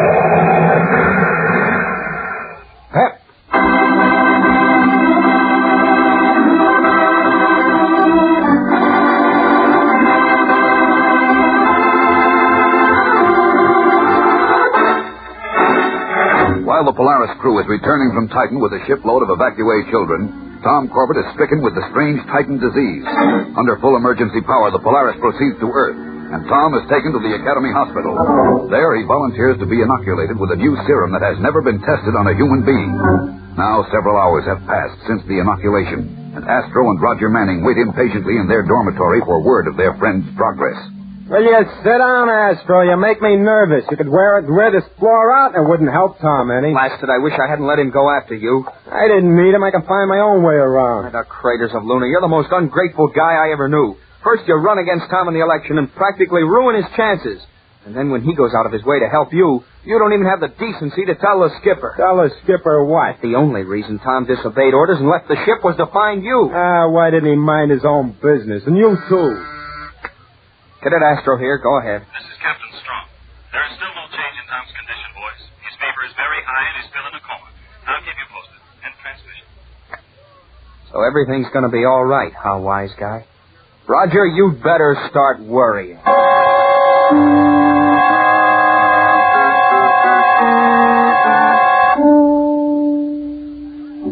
Any word yet, Commander Arkwright? No, Strong, no change. I'm really worried. Well, what do the medics say? Did they expect this reaction? I'm afraid not. Dr. Lee said Corbett could reach a crisis soon. A crisis? Does that mean... It could. But let's not think about that. Let's just hope. Yes, Arkwright here. Commander, Cadet Corbett is at the critical period. Dr. Lee would like you to come over here to sick bay right away. All right, thank you. Come on, Strong. We'll soon know.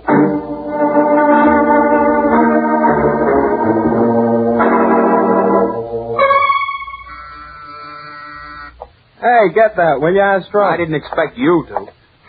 Cadet Astro here. Go ahead. This is Captain Strong. Oh, is there any news, sir? Take it easy, Astro. Tom is going to be fine. He's just past the crisis, and his fever is starting to go down already. Oh, boy, that's great. You hear that, Raj? Tom's all right. Oh, gosh, that's wonderful news, sir. Yes, it is. Not only for Tom, but for the colonists on Titan as well. Now that this serum has proved its worth, we can begin mass inoculations. We'll have this epidemic licked in a few days. Let me have that, Astro. Huh? Sir, when can we see Tom? I have something to tell him. Well, I suppose it would be all right if you came over now. Oh, good. We'll be right there. Oh, sir? Yes, Roger? There's something I have to tell you, too. See you later.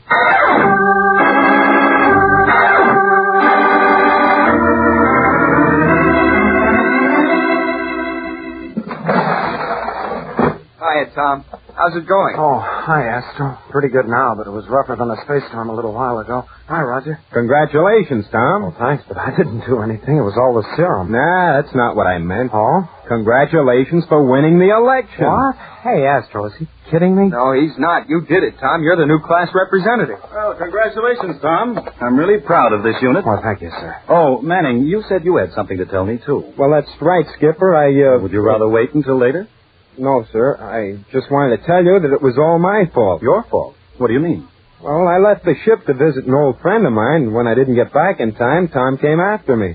Only I got back before he did. Oh, so that's the story. Well, I'm glad you were man enough to own up. Now, let me see. Oh, yes, there are some decks on the Polaris that need scrubbing, and some rocket heads that have to be cleaned, and all the hatches squeak. And, the power deck needs a paint job. Thank you. Yes, the power deck needs a painting, And the viewport is kind of dirty. Now, would you look after those things for me, Roger? Yes, sir. Good. And in the future, remember, I don't give orders just to hear myself talk. Yes, sir. No, sir. And Roger, Yeah? I'm sorry about the election. Oh, that's all right. Just wait till next year. If I'm finished work by then.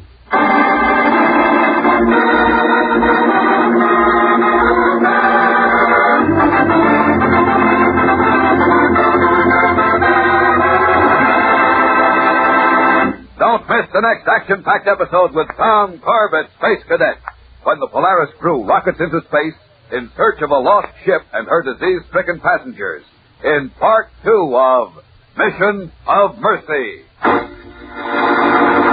Tune in, same time, same station on Thursday for the next thrilling interplanetary adventure with Tom Corbett, Space Cadet.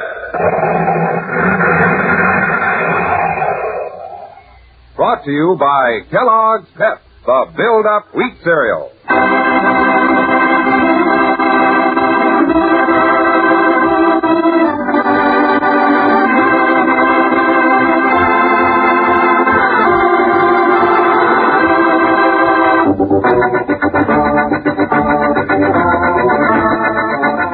Tom Corbett, Space Cadet, starring Frankie Thomas, can also be seen on television and appears in the comic sections of many of America's leading newspapers. Look for it daily and in weekend editions. Featured in the cast were Al Markham, Jan Merlin, Edward Bryce, and Carter Blake. Today's program was written by Hal Rine and directed by Drex Hines. Jackson Beck speaking. Kellogg's Raisin Bran has a secret. Kellogg's Raisin Bran has a secret. And what a secret! In Kellogg's Raisin Bran, the tasty raisins are dipped in honeycomb. That means plumper, more tender raisins, along with delicious golden crisp bran flakes. Both fruit and cereal all in one box. And no other raisin bran but Kellogg's gives you the tender goodness of raisins dipped in honeycomb. That's Kellogg's secret. So for your breakfast, make sure you get Kellogg's, because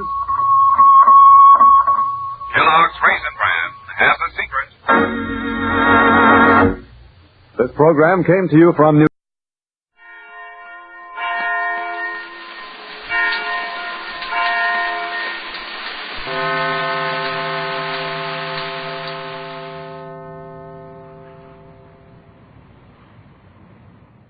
Tired of the everyday grind? Ever dream of a life of romantic adventure? Want to get away from it all? We offer you Escape. Escape, designed to free you from the four walls of today for a half hour of high adventure.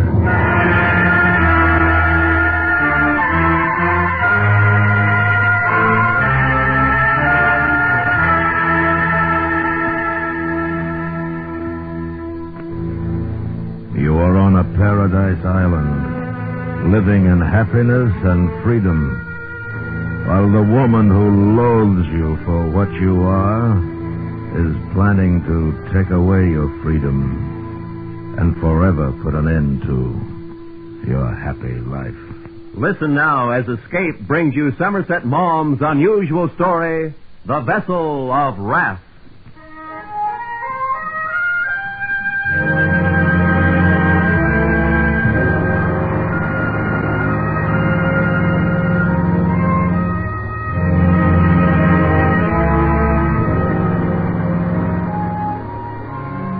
As I sit here with the sea-cooled breezes coming into the open window and the sounds of the breakers washing the sands before my house, I think of the far places and the people I have known there.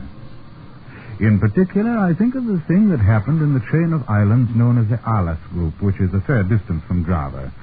It extends about 75 miles east and west and 40 miles north and south.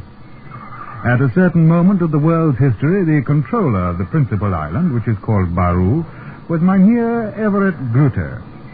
And he ruled the people who inhabited the Alas Islands with firmness, tempered by a keen sense of the ridiculous. He was very short, and extremely fat, and he had twinkling blue eyes. He knew that he had no dignity in his form, but for the sake of his position, he made up for it by dressing very dapperly. One morning in the early heat of summer, his head boy came into his bedroom while he was dressing. What is it? Tuan Jones, mynheer. He wishes to see you. Oh, what an unholy hour for a holy man to call. Yes, mynheer. Very well. Ask the tuan to wait and say I shall come directly. Tuan Jones was the Reverend Owen Jones in charge of the Baptist mission on the Alice Island. His headquarters were also on the island of Baru. He was a tall, thin, melancholy man with a long face, sallow and drawn, of about 40.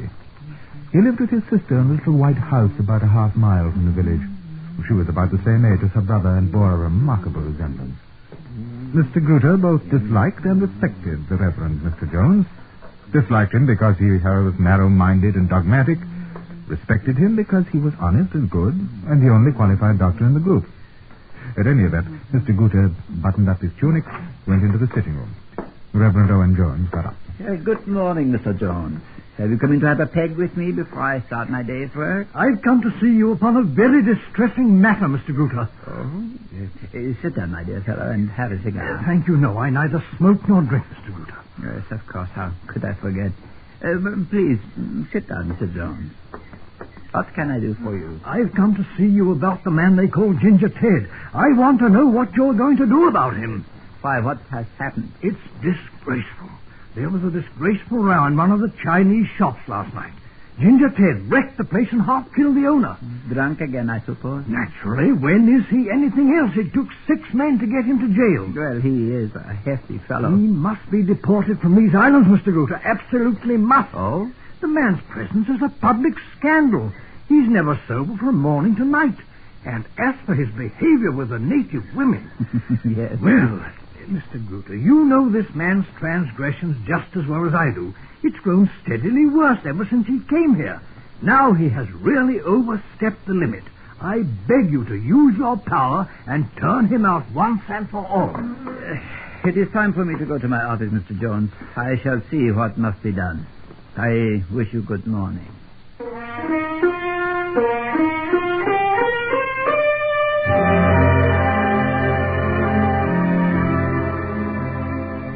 A few minutes later, Mr. Grutter was in his office, where he immediately called for Ginger Ted to be brought before him. The man was led in with the water on either side. They left him standing there. He swayed a little, and obviously was suffering from a furious hangover. He had a black eye, and his mouth was cut and swollen. And Mr. Grutter was quite upset, for this unappetizing object had shared many a bottle of beer with him, and he liked the reckless way in which Ginger Ted squandered the priceless treasure of life. He looked at the card sheet before him. I see that you smashed up Lum Wang's shop to smithereens, then proceeded to break his head with a bottle, resisted arrest, and knocked flat the sergeant. What have you to say for yourself? I was blind. I don't remember a thing about it. Oh, man. They say I half-killed him. I suppose I did.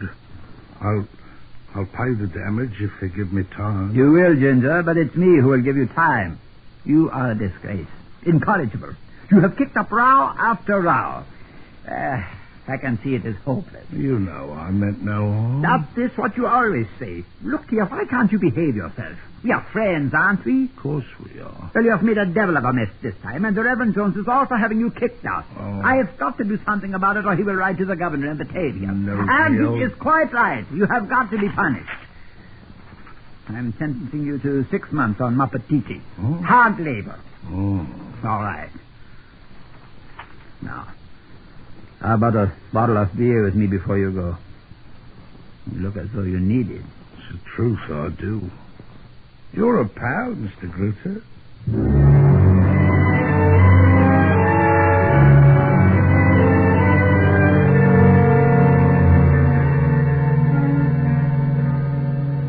Ginger Ted took his sentence with good grace. 1, he knew he had overstepped the bounds, and 2, there were several rather delightful native girls on the island of Maputiti that he had not seen for several months. He bore the controller no malice for his punishment, and he was sent to pay his debt. The 6 months had passed but for a few days when chance stepped in. The head man of Maputiti was stricken with a sudden illness. Messengers were sent to Baru, 50 miles across the sea, and help was begged of the missionary, the Reverend Mr. Jones. But Mr. Jones was at that moment enduring an attack of malaria. He was in bed and talked the matter over with his sister. It sounds as though the head man had acute appendicitis. You can't go, Owen. You can't. Well, I can't let the man die. But you couldn't operate in the state you're in. No, I suppose not, but I'll do it. You can't remove an appendix. Why not? I've seen you do it.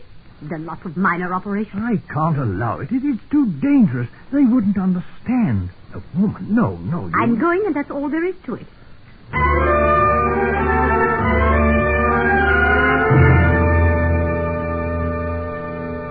And so Miss Jones went by launch to Maputiti. She performed the operation on the headman under the greatest difficulties, and it is to her everlasting credit that she saved his life. And when she saw that he was well on the mend, she packed up the medicine chest and was taken down to the wharf where she embarked on the launch to take her back to Baru. On the out journey, she had been the only passenger, but now there was another, Ginger Ted. He had paid his debt to society and was returning for another chance. The crew consisted of the head boatman and a mechanic, both naked. They were about 30 miles out in the open sea when Ginger Ted took the stopper out of a bottle of arak and took a long pull. Oh, chum. How's about the sweet? Thank you, Ginger. Boatman, I do not wish you to drink anything while we're on the journey. Do you understand? Yes. Oh, yes. A little arak can do no one any harm. Thank you. If you drink again, I shall complain to the controller. Miss Jones knew they were being extremely rude at her expense, and she closed her thin lips even more tightly. Her long, bony face became grim. They went due east, and the sun set radiantly behind one of the small islands. He was like glass, and Miss Jones suddenly felt her heart filled with gratitude for the beauty of the world. It was then that there was a lurch, and the launch began to vibrate, and the engine rattled. Oi, what's up? Propeller, Ginger. We split free. Do we make it back to Baru tonight? Better we not. Better we stop at island and fix. Right. Oi, miss. You're going to have to put over at the little island over there. Put out a new propeller in the morning when the tide's out. That's impossible. I can't spend the night on an uninhabited island with 3 men. A lot of women would jump at it. How dare you speak to me like that? I think you're very insolent. If you don't go on to Baru, I'll have you all put in prison. Now, look here. We're not going to Baru. We can't. The engine breaks down all the way. Who knows where we'll drift to? Now, if you don't like it, you can get out and swim. Oh, you'll pay for this. Oh, shut up, you old cow. From then on, Ginger Ted was occupied with the rather tricky job of beaching the launch.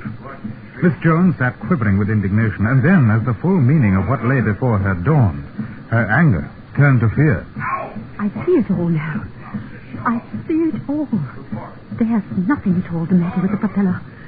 He wants to get me ashore, where he has me at his will to do his work. Oh, I know his character. Despicable, horrid, and there can be no help from the natives. He bribed them to help. But I must have courage. I shall sell my virtue dearly, dearly. And if he kills me, then I should rather die than...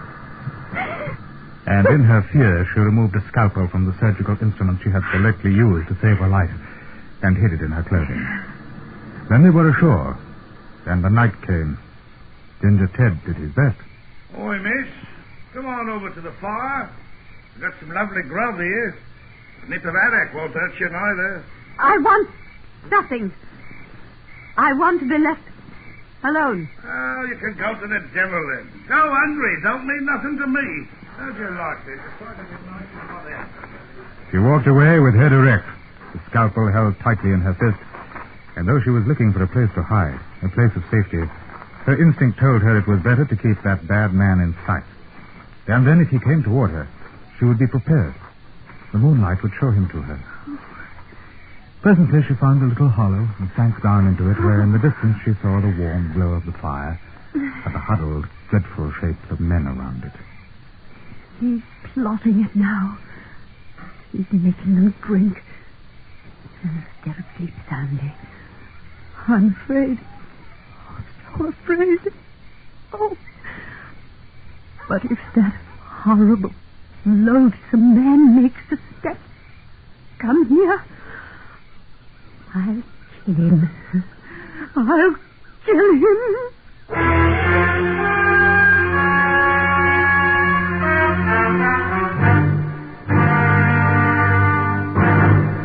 We will return to Escape in just a moment, but first, in time of accident or emergency, it helps to be in good financial condition. That's why it pays to invest in United States savings bonds. When you need money, the new 3% United States savings bond is better than ever. And now, back to Escape.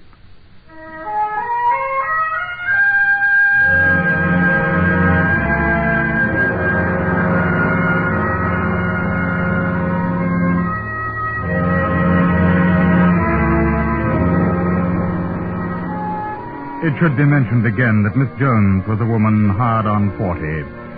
She had an odd, drooping gracefulness and was extremely flat and thin. Her features were much like her brother's, the Reverend Owen Jones, and she suffered a good deal from indigestion. But at that moment, her suffering bore a pain which was far more exquisite. What shall I do? What have I done to deserve this? And she prayed and trembled as terrible phantoms crossed her mind, and the time passed. She saw the fire at the beach die down, and now was the time that Ginger Ted might be expected to turn on the woman who was at his mercy. He smothered a cry, for suddenly he got up and walked in her direction. She clenched the scalpel more tightly.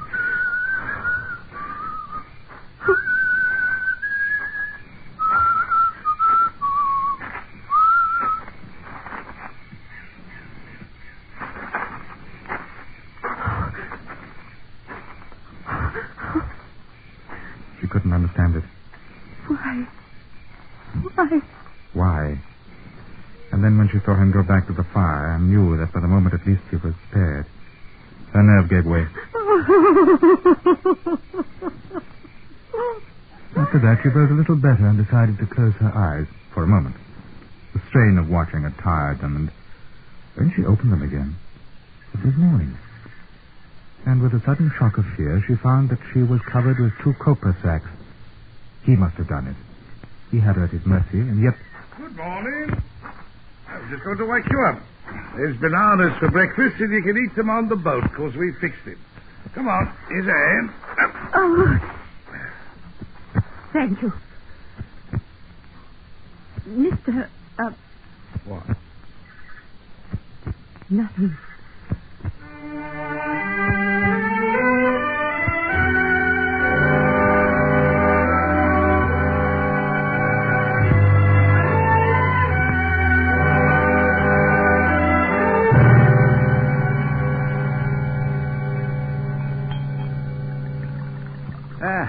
I have missed you, Ginger. Here's luck. Same to you, Mr. Grutter. Well, you don't bear me any malice for the sentence I gave you, I hope? No bloody fear. I didn't have a bad time, you know. Nice lot of girls. I met you, T.T. You want to give me a look over one of these days? You are a bad lot, Ginger. Oh, and by the way, I've been saving a remittance from England while you are away. I took out for the damage you did, and still there's a little over £30 left. That's a lot of money out here. You really ought to do something useful with it. I'm going to. Spend it. Mine here. Tuan Jones wishes to speak with you. Very important, he says. Mr. Grutter, I shan't detain you long. I heard that... Oh, there you are, Ginger. I've been trying to find this good man all day, Mr. Grutter, and I heard he was here. How is Miss Jones? None the worse for her night in the open, I trust? No, not at all. I want to thank you. Oh, me? You did a great and noble thing. Me? My sister is right. One should always look for the good in their fellow man. I have misjudged you in the past. I beg your pardon. What in the blazes are you talking about? You had my sister at your mercy, and you spared her. She was defenseless in your power, and you had pity on her. I thank you from the bottom of my heart. Neither my sister nor I will ever forget. I thank you. What in bloody blue blazes does he mean? Oi, Grutter. Now, what's so funny? Oi. If you don't stop laughing, I'll break your bloody head open. Well, he's... Ginger, he's thanking you for having respected the virtue of Miss Jones. What? Me? Me? That old cow? What does he take me for? Well, you have a reputation of being rather hot stuff with the girls, Ginger. What? I wouldn't touch her with the fag end of a 10-foot barge pole. Never entered my head. The bloody nerve. I'll rig his blasted neck. Look here. Give me my money. I'm going to get drunk. I don't blame you. That old cow. That old cow. Here you are. Go and get drunk, Ginger. But I warn you, if you get into mischief, it'll be 12 months next. I shan't get in mischief, don't worry. But it's an insult, that's what it is. A bloody insult. Dirty swine. What does it take me for? Dirty swine.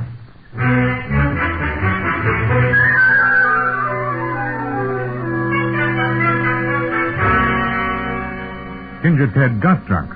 Then he stayed drunk for a week. His pride had been hurt. And to make matters worse, the Reverend Mr. Jones and his sister decided it was their duty to save him and do something for him. They appealed to Mr. Guter, who said, Well, if I were you, Mr. Jones, I wouldn't try to save him until he's got through his money. Then, if he is not in jail, you can do what you like. But Ginger Ted didn't want to be saved. He spent his money and then sulked, waiting for the next remittance from London. Miss Jones was unrelenting. She invited him to dinner and spoke to Mr. Guter about it. Oh, Mr. Gruter, my brother is very anxious that we should have the man they call Ginger Ted to supper with us. And I've written him a little note inviting him for the day after tomorrow. I think he's rather shy. I wonder if you'd come with him. Well, that is very kind of you. My brother feels that we ought to do something for him. A woman's influence and all that sort of thing. Will you persuade him to come? Well, I do my best, Miss Jones. Tell me, Mr. Gruter, how old is he? According to his passport, 37. And what is his real name? Surely not Ginger Ted. Edward Wilson. Edward Wilson? Yes. Edward Wilson.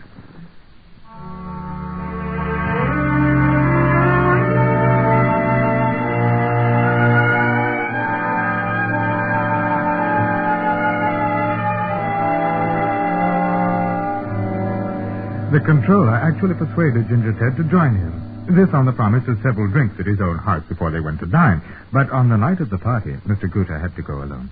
Ginger Ted was dead drunk outside the Chinese wine and grocery shop and not fit for anything. I am very sorry, Miss Jones. I'm afraid it's no good, Martha. The man's hopeless. No, never, Owen. No one is hopeless. Everyone has some good in him. I shall pray for him every night. I shall pray that he sees the light. Perhaps Miss Jones was right in this, but the divine providence took a very funny way of effecting its ends. It came in the form of a cholera epidemic on Baru and several other of the neighboring islands, and the natives were in a panic. It was more than the Reverend Mr. Jones could handle, and it was going to need more doctors, and this would take time. Mr. Guter held a conference with Mr. Jones and his sister. We are ready to put ourselves at your disposal, Mr. Guter. I need not tell you that my sister is as competent as any man. I should be very glad of her assistance. But I am afraid it does not work for a woman. She would have to go to some of the outlying islands. We cannot possibly spare you, Mr. Jones. Then, of course, I shall go. But it might be dangerous. Some of the natives are still treacherous. You would have too much trouble with them. I'm not afraid. I dare say, but if you get your throat cut, I shall get into trouble. Besides, we are so short-handed here on Baru, I do not want to risk losing your health. Then let Mr. Wilson come with me. He knows the natives and speaks their dialects. Ginger Ted? Oh, no, he is just getting over an attack of the DTs. He has been drunk for weeks. That's out of the question. I wonder if it would be wise. After all, I trust him, Owen. I shall always trust him. Oh, there was a great deal more discussion, but in the end, Ginger Ted was sent for. He looked ill. He was in rags and hadn't shaved for weeks. No one could have looked more disreputable. Look here, Ginger. It is about this cholera business. We've got to force the natives to take precautions, and we want you to help us. Why the devil should I? Well, it was my suggestion, Mr. Wilson. You see, I was afraid to go alone. I thought if you came, I should be safer. Well, what do you suppose I care if they cut your nutty throat? It don't mean a thing to me. There's no reason you should care, I suppose. It's all right. I'll go alone. There's a lot of bloody foolishness for a woman to go out there alone. I dare say, but it's my job. And I can't help myself. I'm sorry if I offended by asking you. It wasn't really fair to ask you to share such a risk, was it? All right. Have it your own way. I'll come with you. When do you want to start?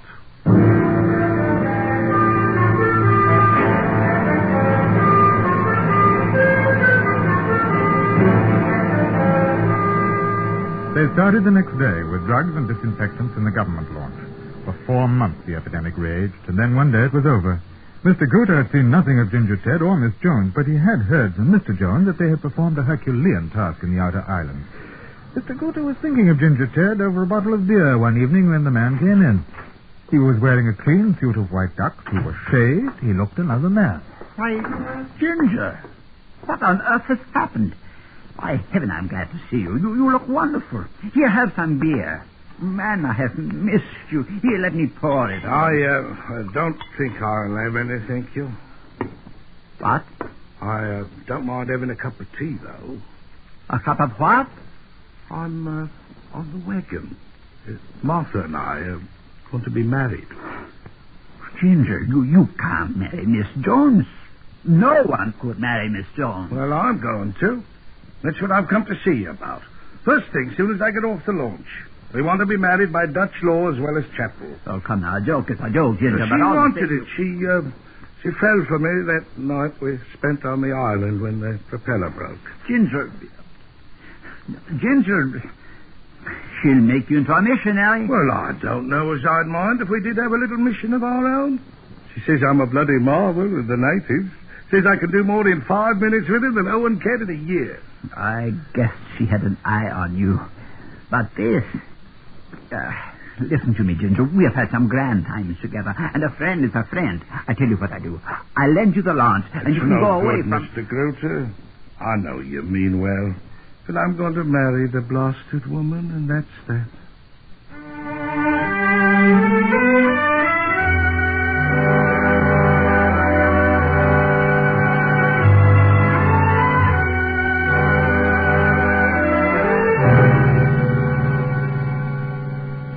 Something about it, Mr. Jones. This is madness. My sister is of full age and entitled to do as she pleases. But you don't mean to tell me you approve of it. You know Ginger Ted. Ginger Ted, Mr. Jones. Have you told her the risk she is running? Does the leopard ever change his spot? My sister is a very determined woman, Mr. Gruter. From that night they spent on the island together, he never had a chance. Mr. Gruter was beaten, and he knew it. Then the next day, sportingly, he went to pay his compliments to Miss Jones, who was preparing for her wedding. How nice of you to come, Mr. Gruter. I've been wanting to tell you how splendid Edward was through this terrible time. He's a hero. He's a saint. Even I was surprised. I hope you will be very happy, Miss Jones. Oh, I know I shall. And you'll never guess where we're going for our honeymoon. Java? No. If you'll lend us the launch, we shall go to that island where we were marooned. It has very tender recollections for both of us. It was there that I guessed how fine and good Edward was. It is there that I shall let Edward begin his new life. Mr. Gruter caught his breath. He left quickly, for he thought that unless he had a bottle of beer at once, he would have a fit. He was never so shocked in his life.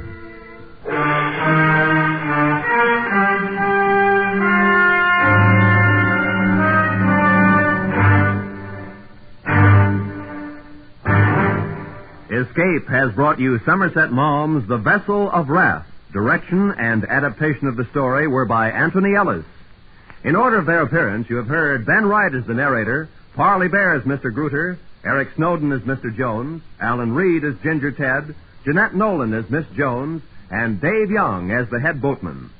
The special music for Escape is composed and conducted by Leith Stevens. Next week. You are on a planet of desolation and utter ruin, awaiting the return of your comrades to carry you to safety. While about you, the crawling and evil remains of life are slowly hemming you in and ruthlessly tracking you down to your death. So listen next week when Escape brings you Charlie Smith's unusual story, North of Polaris.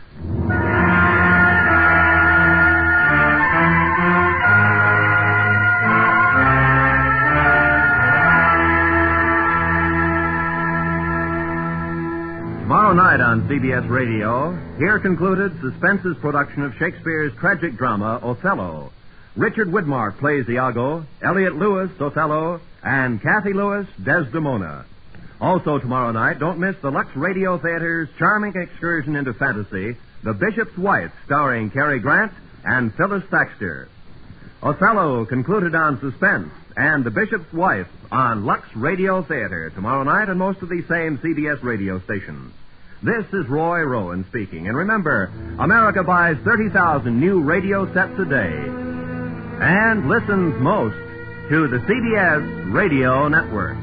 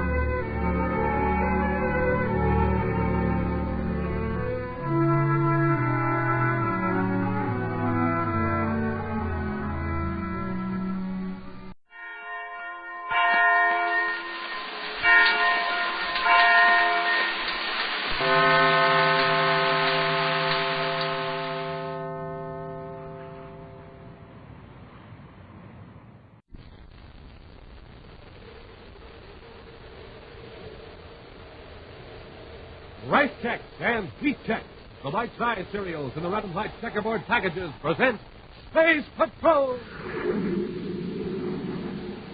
High adventure in the wild, vast reaches of space. Missions of daring in the name of interplanetary justice. Travel into the future with Buzz Corey, Commander-in-Chief of the Space Patrol! In today's transcribed Space Patrol adventure, Buzz and Happy are approaching a hideout near the Saturn City spaceport where two criminals are plotting a getaway. Ray guns in hand, the Space Patrollers burst through the door. All right, both of you, get your hands up. Hold it, Ferris. You heard the commander. Move away from that table, Kent. Move fast. Sure. Now, Corey, this is a blaster. Drop that ray gun. Don't be a fool, Kent. You're through. You haven't got a chance. You fire, so will I. And remember, a blaster is permanent. We'll return in just a moment with today's exciting Space Patrol adventure, The Counterfeit Atom.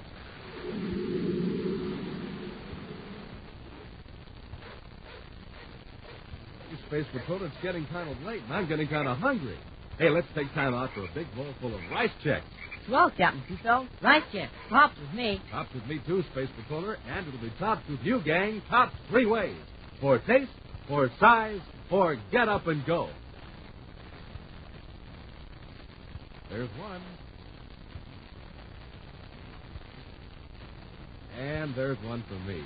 Space Patrollers, when you fill up your own bowls with those neat triple toasted shredded rice biscuits, you're getting one spoonful after another of the easiest, tastiest, bite-sized eating ever. Because Rice Chex are tops for taste and size. Tops for get up and go, too. Why, mornings after you finish off a good, nourishing breakfast with Rice Chex, you're ready to swing into action. If you like whole wheat, try Wheat Chex. It's tops, too. Yes, look for Rice Chex and Wheat Chex in the red and white checkerboard packages with the picture of Commander Corey or Cadet Happy on the outside. Rice Chex. Wheat Chex. And now today's Space Patrol adventure, The Counterfeit Atom. All over the solar system, dealers and collectors of precious stones are alarmed over the mysterious disappearance of several valuable gems. Losses have been reported by jewelers and private collectors on Earth, Mercury, and Mars. The latest victim is the Terra Gem Company. Local agents are completely baffled, so Commander Corey has personally taken over the investigation. With Cadet Happy, Buzz is in the vault of the Terra Gem Company, questioning the manager, Doran Chandray. You're absolutely positive, Mr. Chandray, that those two diamonds are the only... But I almost wish to see if it seemed that half the world and left those two stones. The combined value is more than a million credits. You used the word thieves. Couldn't the diamonds have been mislaid instead of stolen? Oh, no. I placed them in the vault myself last night. But there's no sign that the vault was broken into. And you told us that you were here this morning when the time lock opened it. Yes, I know. Of course, there are customers who do this after handling costly gems. We don't mislay stones of that value. Well, who besides yourself has handled those gems? Several persons. All of complete respectability, you may be sure. And always within my presence. And except when they're in the vault, the stones were never out of their sight. No. Well, that's not exactly true. I permitted 3 persons to retain them for a few hours for a private inspection. Potential buyers of them. Yes. Of course, they all returned the gems. To me personally. And they were thoroughly tested. To be sure that no imitations have been switched on? Exactly. I can assure you the real gems went back into the tank. Mr. Chandray, I want the names and a complete description of everyone who showed an interest in those stones. This case of yours follows the same pattern as the other disappearances. In the absence of clues, I have to start with the men who were interested in those diamonds. All right, Commander. If you come into the office, I'll give you all the information. In an expensive suite at the Terra Hotel, a dignified, distinguished-looking man sits under a bright light, examining a large diamond through a magnifying glass. His companion nervously toys with a smaller stone, then finally speaks. Let's put them away, Ken. Looking at them isn't going to make them any bigger. This one is truly magnificent, Ferris. What a shame to have to break it up. We'd better get off Terra. Chandray has probably discovered he's been robbed by now. Robbed? All we can be sure of is that his diamonds have vanished. There's nothing to implicate me or you. I know that we're leaving anyway. The jeweler in Jupiter City has some gems in which I'm interested. Ken? Yes, Ferris, something on your mind? I was wondering, this machine of ours, could we make just as much money by using it legitimately? You're not suggesting that our operation is illegal. Isn't it? There's no law against using our equipment. There's no one but us knows it exists. So why borrow trouble? Now run along, Ferris. Get our machine aboard our spaceship. I want it ready for use when I reach Jupiter City. Back in Space Patrol headquarters, Buzz and Happy carefully go through all the data available on the strange disappearances of jewels. After hours of checking and cross-checking, the commander points to a ruled chart. Putting all the cases together, there are only 2 factors in common. Yes, sir? The disappearances have occurred with firms that had advertised an exhibition of a particularly valuable piece of jewelry, a famous collection. And what's the other? I've been checking to see if any name occurs more than once among the lists of prospective buyers. 2 of the names Chandray gave me appear twice. There's another gets taken on Mercury and Mars. That means that some of these men have shown up at more than one jewelry store. That's to be expected. A wealthy collector not of a hobby of traveling around inspecting gems. Happy. Here's one name that appears in all the lists. James Kent. Kent has always asked to examine the gems privately. But he's always returned them or bought them. In some cases, other persons handle the jewels after Kent give them back to the jeweler. Maybe someone Kent trusts goes around with them, he gets a line on the gems, and steals them later. Except that still leaves a mystery of how the gems disappear. But the only thing to do is have an agent follow Kent and see who hangs around him. There's one strange thing about Kent. Possibly it's due to a faulty memory on part of the jewelers, but no 2 descriptions quite match. Oh, but these jewelers must know him, or they wouldn't let him take the stones. Kent has excellent credentials and appears to be quite wealthy. He's staying at the Terra Hotel, checking out. He has reservations on a passenger ship to Jupiter City. Jupiter City? Hey, we're due there for an inspection. And the actual crook must be a magician. All those jewelers insist the gems were locked in their vaults. I'm going to alert the biggest jewelry firms in Jupiter City to notify Space Patrol headquarters and let out any really valuable articles on Jupiter. I'm going to install a special detecting device in the vaults. All right, Hap, let's clear up this routine so we can blast off for Jupiter. 24 hours later, in one of the finest rooms of the Hotel Jupiter, James Kent and Ferris examine an array of jewels. Interesting assortment, Ferris. However, we'll settle for the emerald necklace. But, Kent, that doesn't make sense. It's going to take a long time to duplicate each one of those stones. The 3 big rubies are worth more. I can turn them out in half an hour. Yes, but the emeralds are smaller. I can easily dispose of them separately without cutting. The rubies would be a problem. It's a shame to let them go. Just take the emeralds, Ferris. Can you finish the job in 2 hours? Yes, sir. You know, Kent, I wish we could perfect that thing so it would duplicate currency. Then we wouldn't have to go through all this hocus pocus with the jewelry outfit. Currency is too complicated. The plant fiber that's the basis of the paper is organic material. And that means a complex molecular structure. Those coins came out very well. Sure, but nobody ever got rich counterfeiting coins. So, right now, gems are our best bets. We can transform energy into minerals and metals. With a real gem for a model, we can easily turn out exact duplicates atom by atom. It's too bad our imitations don't last. They last long enough for our purpose. Well, you better get going, Ferris. I want to get the counterfeit necklace and the real rubies back to the Imperial Jewelry Company before closing time. Late that night, Buzz and Happy are at the Jupiter City Space Patrol headquarters, preparing a report on an inspection when a call comes from Special Agent Edwards, assigned to duty at the Imperial Jewelry Company. Rushing to the store, they're admitted by Edwards and walk through a dimly lit showroom to a huge vault. Edwards, you're sure no one beside yourself was in the building? No, Commander. I was hiding out in the back room with the portable receiver turned on. Somebody had lit up, so I rushed to the vault. Vault door is closed. Missing. As far as I can tell, it hasn't been tampered with. Well, then what made the receiver light up? Something must have happened inside the vault. The detector is sensitive enough to register any slight movement or change in temperature. Transmitted the signal to Edwards' receiver. You could open the vault now, Edwards. I cut off the master time clock control at headquarters after I got your call. All right, man.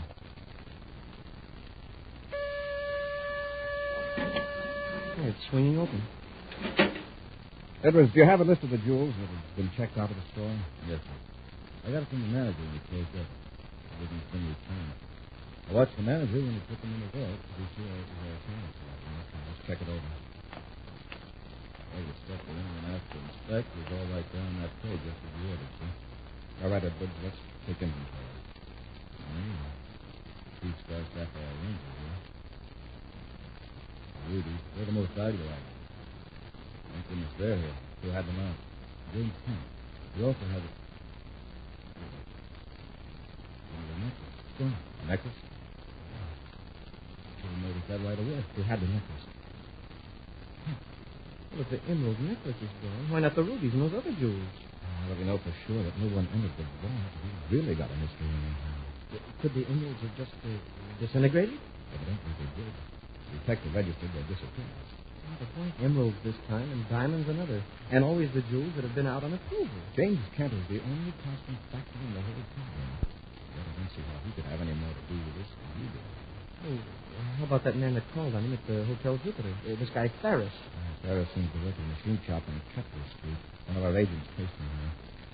Well, we've got to start somewhere. Edwards, you go to the Hotel Jupiter and get a line on James Kent. Yes, sir. Matthew and I'll drive over to Kepler Street and see if we can find Ferris.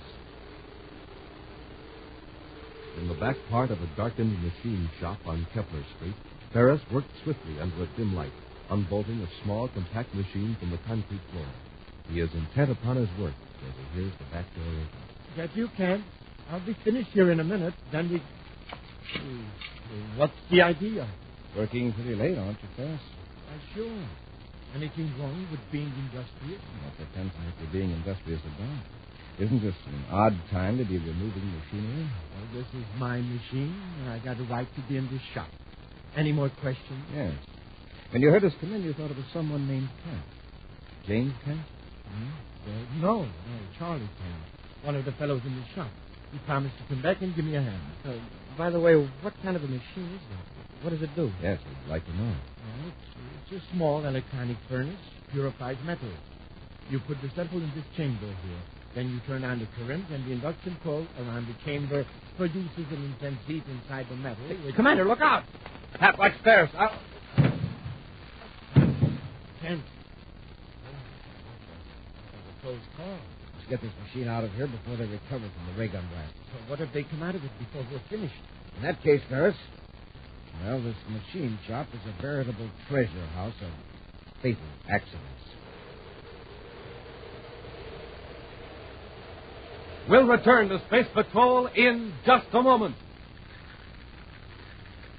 This is Dick Tuthell reporting on America's most heavily armed fighter interceptor, the Northrop Air Force Scorpion F-89D. In a moment, we'll hear from the test pilot on this plane, Bob Love, Korean jet ace with a record of 6 MiGs in 6 weeks. The primary job of the Scorpion is to protect our country from invading aircraft. Speed more than 600 miles per hour. Weight 20 tons. Now, Bob Love recorded at Edwards Air Force Base. You know, a fella has to be in top condition to test fly a fast aircraft thick as a Scorpion. That's why I always make it a rule. Sleep well and eat well. So, for breakfast, I pick a cereal like Rice Chex or Wheat Chex. They're chock full of energy and really taste good. You'll like them. Make sure you stay in condition the way Bob Love, Phil Houghton, and other top test pilots do. Every morning, eat a good, nourishing breakfast with Rice Chex or Wheat Chex, the cereals that are tops 3 ways. Tops for taste, for size, and for real get up and go. That's Chex, rice, or wheat. Remember, they're tops with America's top pilots. And now back to our Space Patrol adventure, the Counterfeit Atom. James Kent, posing as a legitimate collector of rare gems, has stolen millions of credits worth of jewels from reputable dealers without even revealing his method of operation.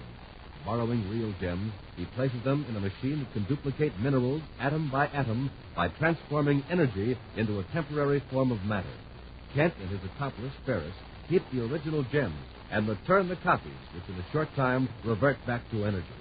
Following a thin lead, Buzz and Happy apprehend Ferris in a machine shop in Jupiter City. But James Kent takes the Space Patrollers by surprise and renders them unconscious with a ray gun. Right now, as the effects of the ray gun wear off, Buzz and Happy get to their feet. Well, they're gone, sir. And so's that machine. I had no Ferris again anyway, but I never got a good look at Kent. Neither did I. I saw him for a second as he left us, and his face was in the shadow. Hey, Commander, that machine must tie into the jewel theft. But how? I don't know. Maybe Kent treats the gems with something when he borrows them, and then later he turns on that machine, and radiations make the stones disappear. The question is, do the gems reappear inside the machine? Sounds fantastic, but... Well, unless Kent and Ferris actually got the jewels, there wouldn't be any point in them making them disappear from the vaults. There's at least one more possibility. But we'll go into that later. Let's get back to headquarters and send out an alert on Ferris and Kent. The 2 jewel thieves are now in a private cruiser outward bound from Jupiter in a vector calculated to avoid a regular space lane. That experience in the machine shop ought to convince you, Kent. The Space Patrol and the gem dealers are wise to us. Not necessarily. I still say the jewelry racket is finished. Let's take a shot at duplicating currency. Maybe it'll pass. If you like the job of putting it in circulation, when it might vanish into thin air when you hand it to a sucker? Yes, I see what you mean. Say, I've got it. Here's a gimmick that'll keep us inside the law. We'll duplicate ray guns, blast guns, and other weapons. They're metal, and they'll be a thief turn out by the hundreds. Yes, but they won't be permanent. Besides, we'd be making and selling weapons without a license. How does that keep us inside the law? Suppose we sell a crook a blaster and a furniture. Is our customer going to complain to the Space Patrol? Oh, you've got something. We'll have nothing to worry about. Yeah, except Corey. If we'd only got rid of him, then we had a chance back at the machine shop. Are you crazy? Right now, we'd be known murderers instead of suspected jewel thieves. But don't worry. I'll think of a way to get rid of Corey so no one can trace us. Wait, I've got it. What?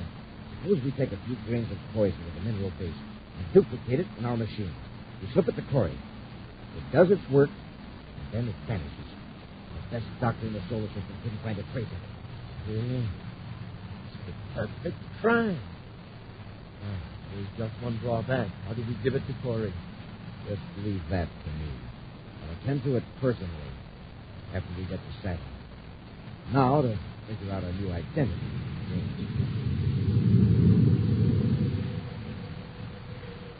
As Buzz and Happy prepare to leave Jupiter, a strange spaceogram message arrives at Jupiter City headquarters, addressed to the commander. Buzz reads it, and then hands it to Happy. Do you think this is on the level, sir? Well, the situation being what it is, we have to investigate every lead. But who is this Arnold Block? He calls himself an amateur lapidary. What's that? A lapidary is a man who cuts and polishes precious stones. And he says he can give you information about these mysterious disappearances. Yeah. See here, he says, my connections with gem dealers and collectors on all the planets sometimes bring me in touch with sordid matters that usually are best ignored. Mm-hmm. But when the very livelihood of honest craftsmen is endangered by organized thieves, I must speak out, even at personal risk. And farther on, he says he's staying at the Hotel Polaris in Saturn City, and he'll give me the details if I need him to. Saturn? It's a long way to go for a bite to eat. We'll do on that for the next inspection, so it won't be much out of the way to stop at Saturn for a couple of hours. We'll see what Arnold Block knows about this. But just as a precaution, Hap, when we reach Saturn, I want you to put on civilian clothes. While I'm with Block, you sit at another table and keep an eye on things. Hours later, in the large dining room of the Hotel Polaris in Jupiter City, Commander Corey sits at a secluded table with Arnold Block. Anyone who had known James Kent might notice a faint resemblance, but on second glance, he would observe the greater differences in manner, color of hair, and general appearance. As the commander and Block converse over their meal, Cadet Happy, in civilian clothes, watches unobtrusively from the table across the room. Mr. Block, you say the next job is on the Apex Jewelry Company in Venus City. Now, how do you know that you've met me? I didn't mean to say the next job. I'm sorry. I should have said it's one of their intended operations. You know who these men are? Could you identify them? Well, that would be rather difficult. You see, I was examining some Martian oak. No, isn't that the governor's Saturn just sitting next to that table over there? There's some people in the way just now. Oh, no. Governor said he's a much bigger man. But, to get back to our subject, Mr. Block. Oh, my. Just noticed the time. Will you excuse me a moment? I have to make a space phone call. Important business, and I just can't put it off. Of course, go right ahead. It will only take a minute.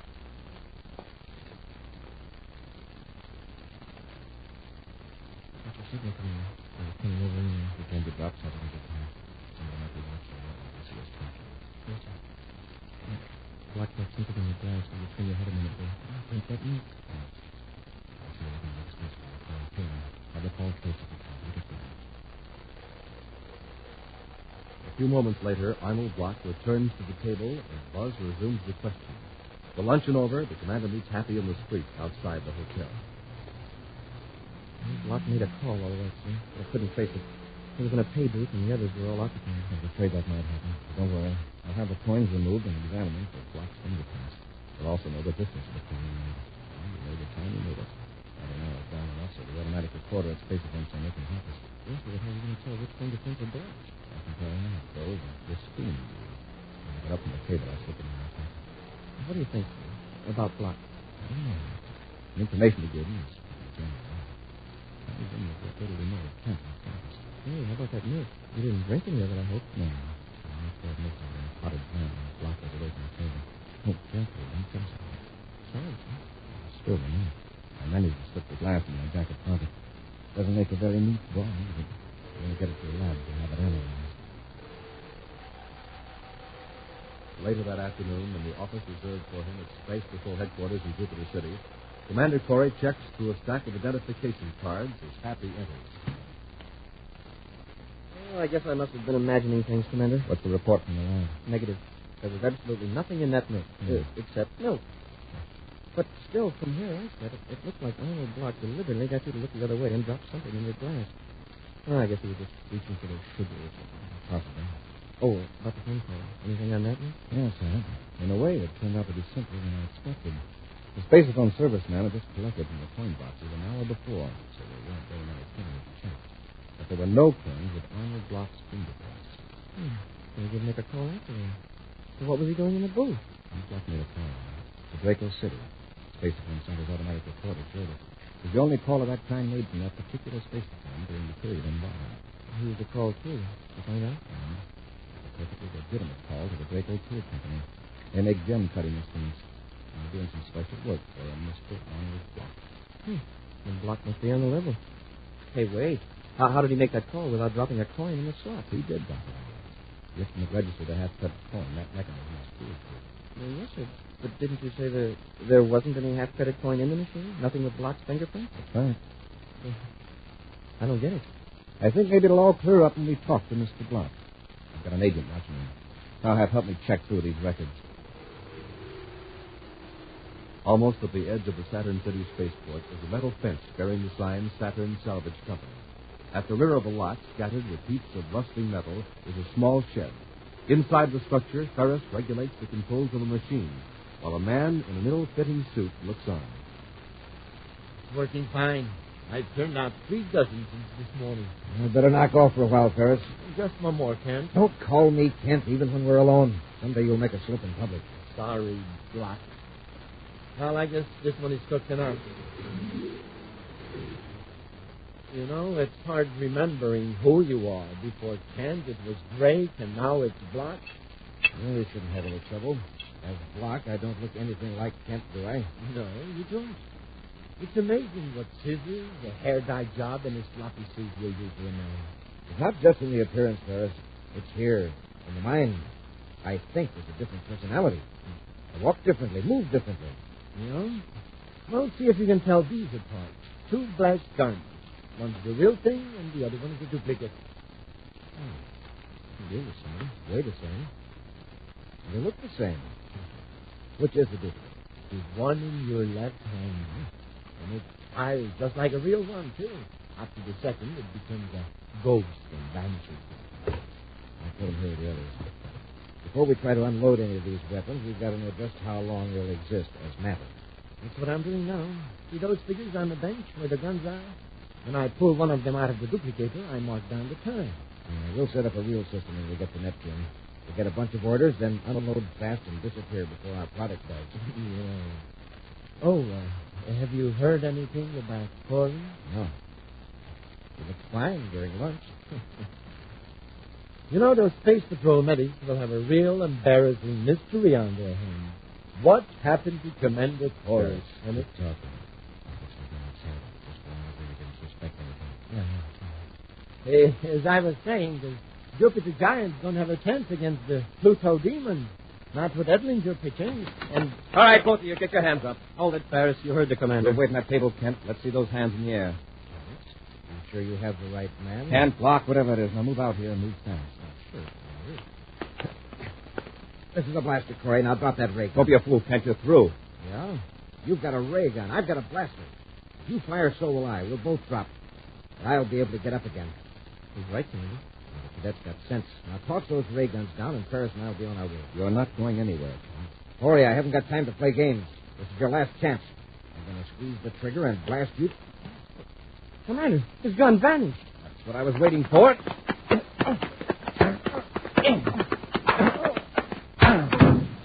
Keep out of it, Ferris. All right, Kent. You want some more, or do you want to quit while you're losing? Now get up. Snap, I'll watch you. You scoot up those blasters. It's your fault, Ferris. If I'd had a real gun instead of one of those duplicates... You mean my fault? You were the one... All right, cut it out, both of you. Okay, Corey. Where did I slip up? Was it the disguise as Block? No, I never had a good look at you. Kent, you got fired.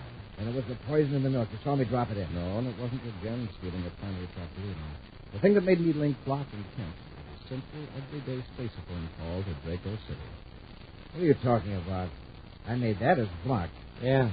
But for a big-time crook, you're pretty cheap. You used a disappearing half-credit coin.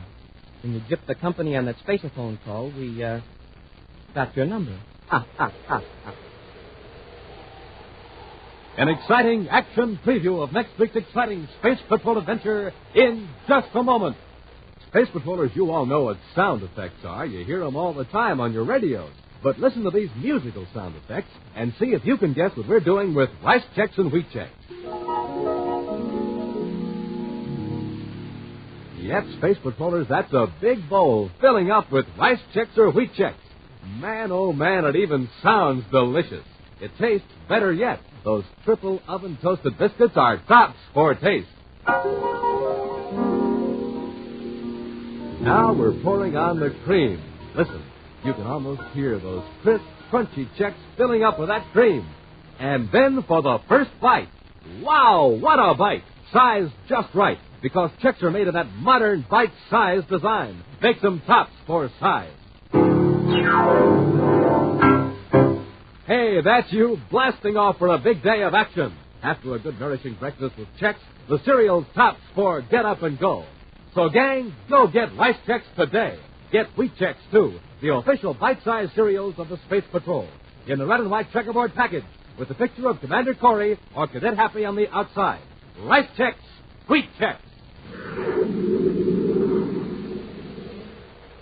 And now, a preview of next week's exciting Space Patrol adventure. Buzz and Happy are walking through a warehouse at the Terra spaceport where two suspected criminals are standing by the controls of a loading train. That's his anchor, all right, Commander. Yes, I wonder just how much of that cargo up there on the train is stolen. Probably plenty of it.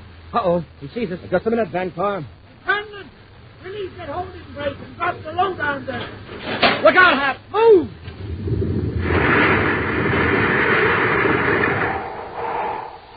Be sure to join us next week for the thrilling story, Formula for Crime, when Rice Checks and Wheat Checks again present Space Patrol. Space Patrol, created by Mike Moser, starring Ed Kemmer as Commander Corey and Lynn Osborne as Cadet Happy, was written by Lou Houston, produced and directed by Larry Robertson, executive producer Helen Moser. Other players were Bela Kovacs, Norman Jelly, Ken Mayer, and Stephen Robertson. Dick Tufeld speaking. Now, don't forget to tune in next Saturday and every Saturday when Rice Checks and Wheat Checks present exciting action on Space Patrol. This program is broadcast to our armed forces overseas through the worldwide facilities of the Armed Forces Radio Service. Space Patrol came to you transcribed from Hollywood. This is ABC Radio Network.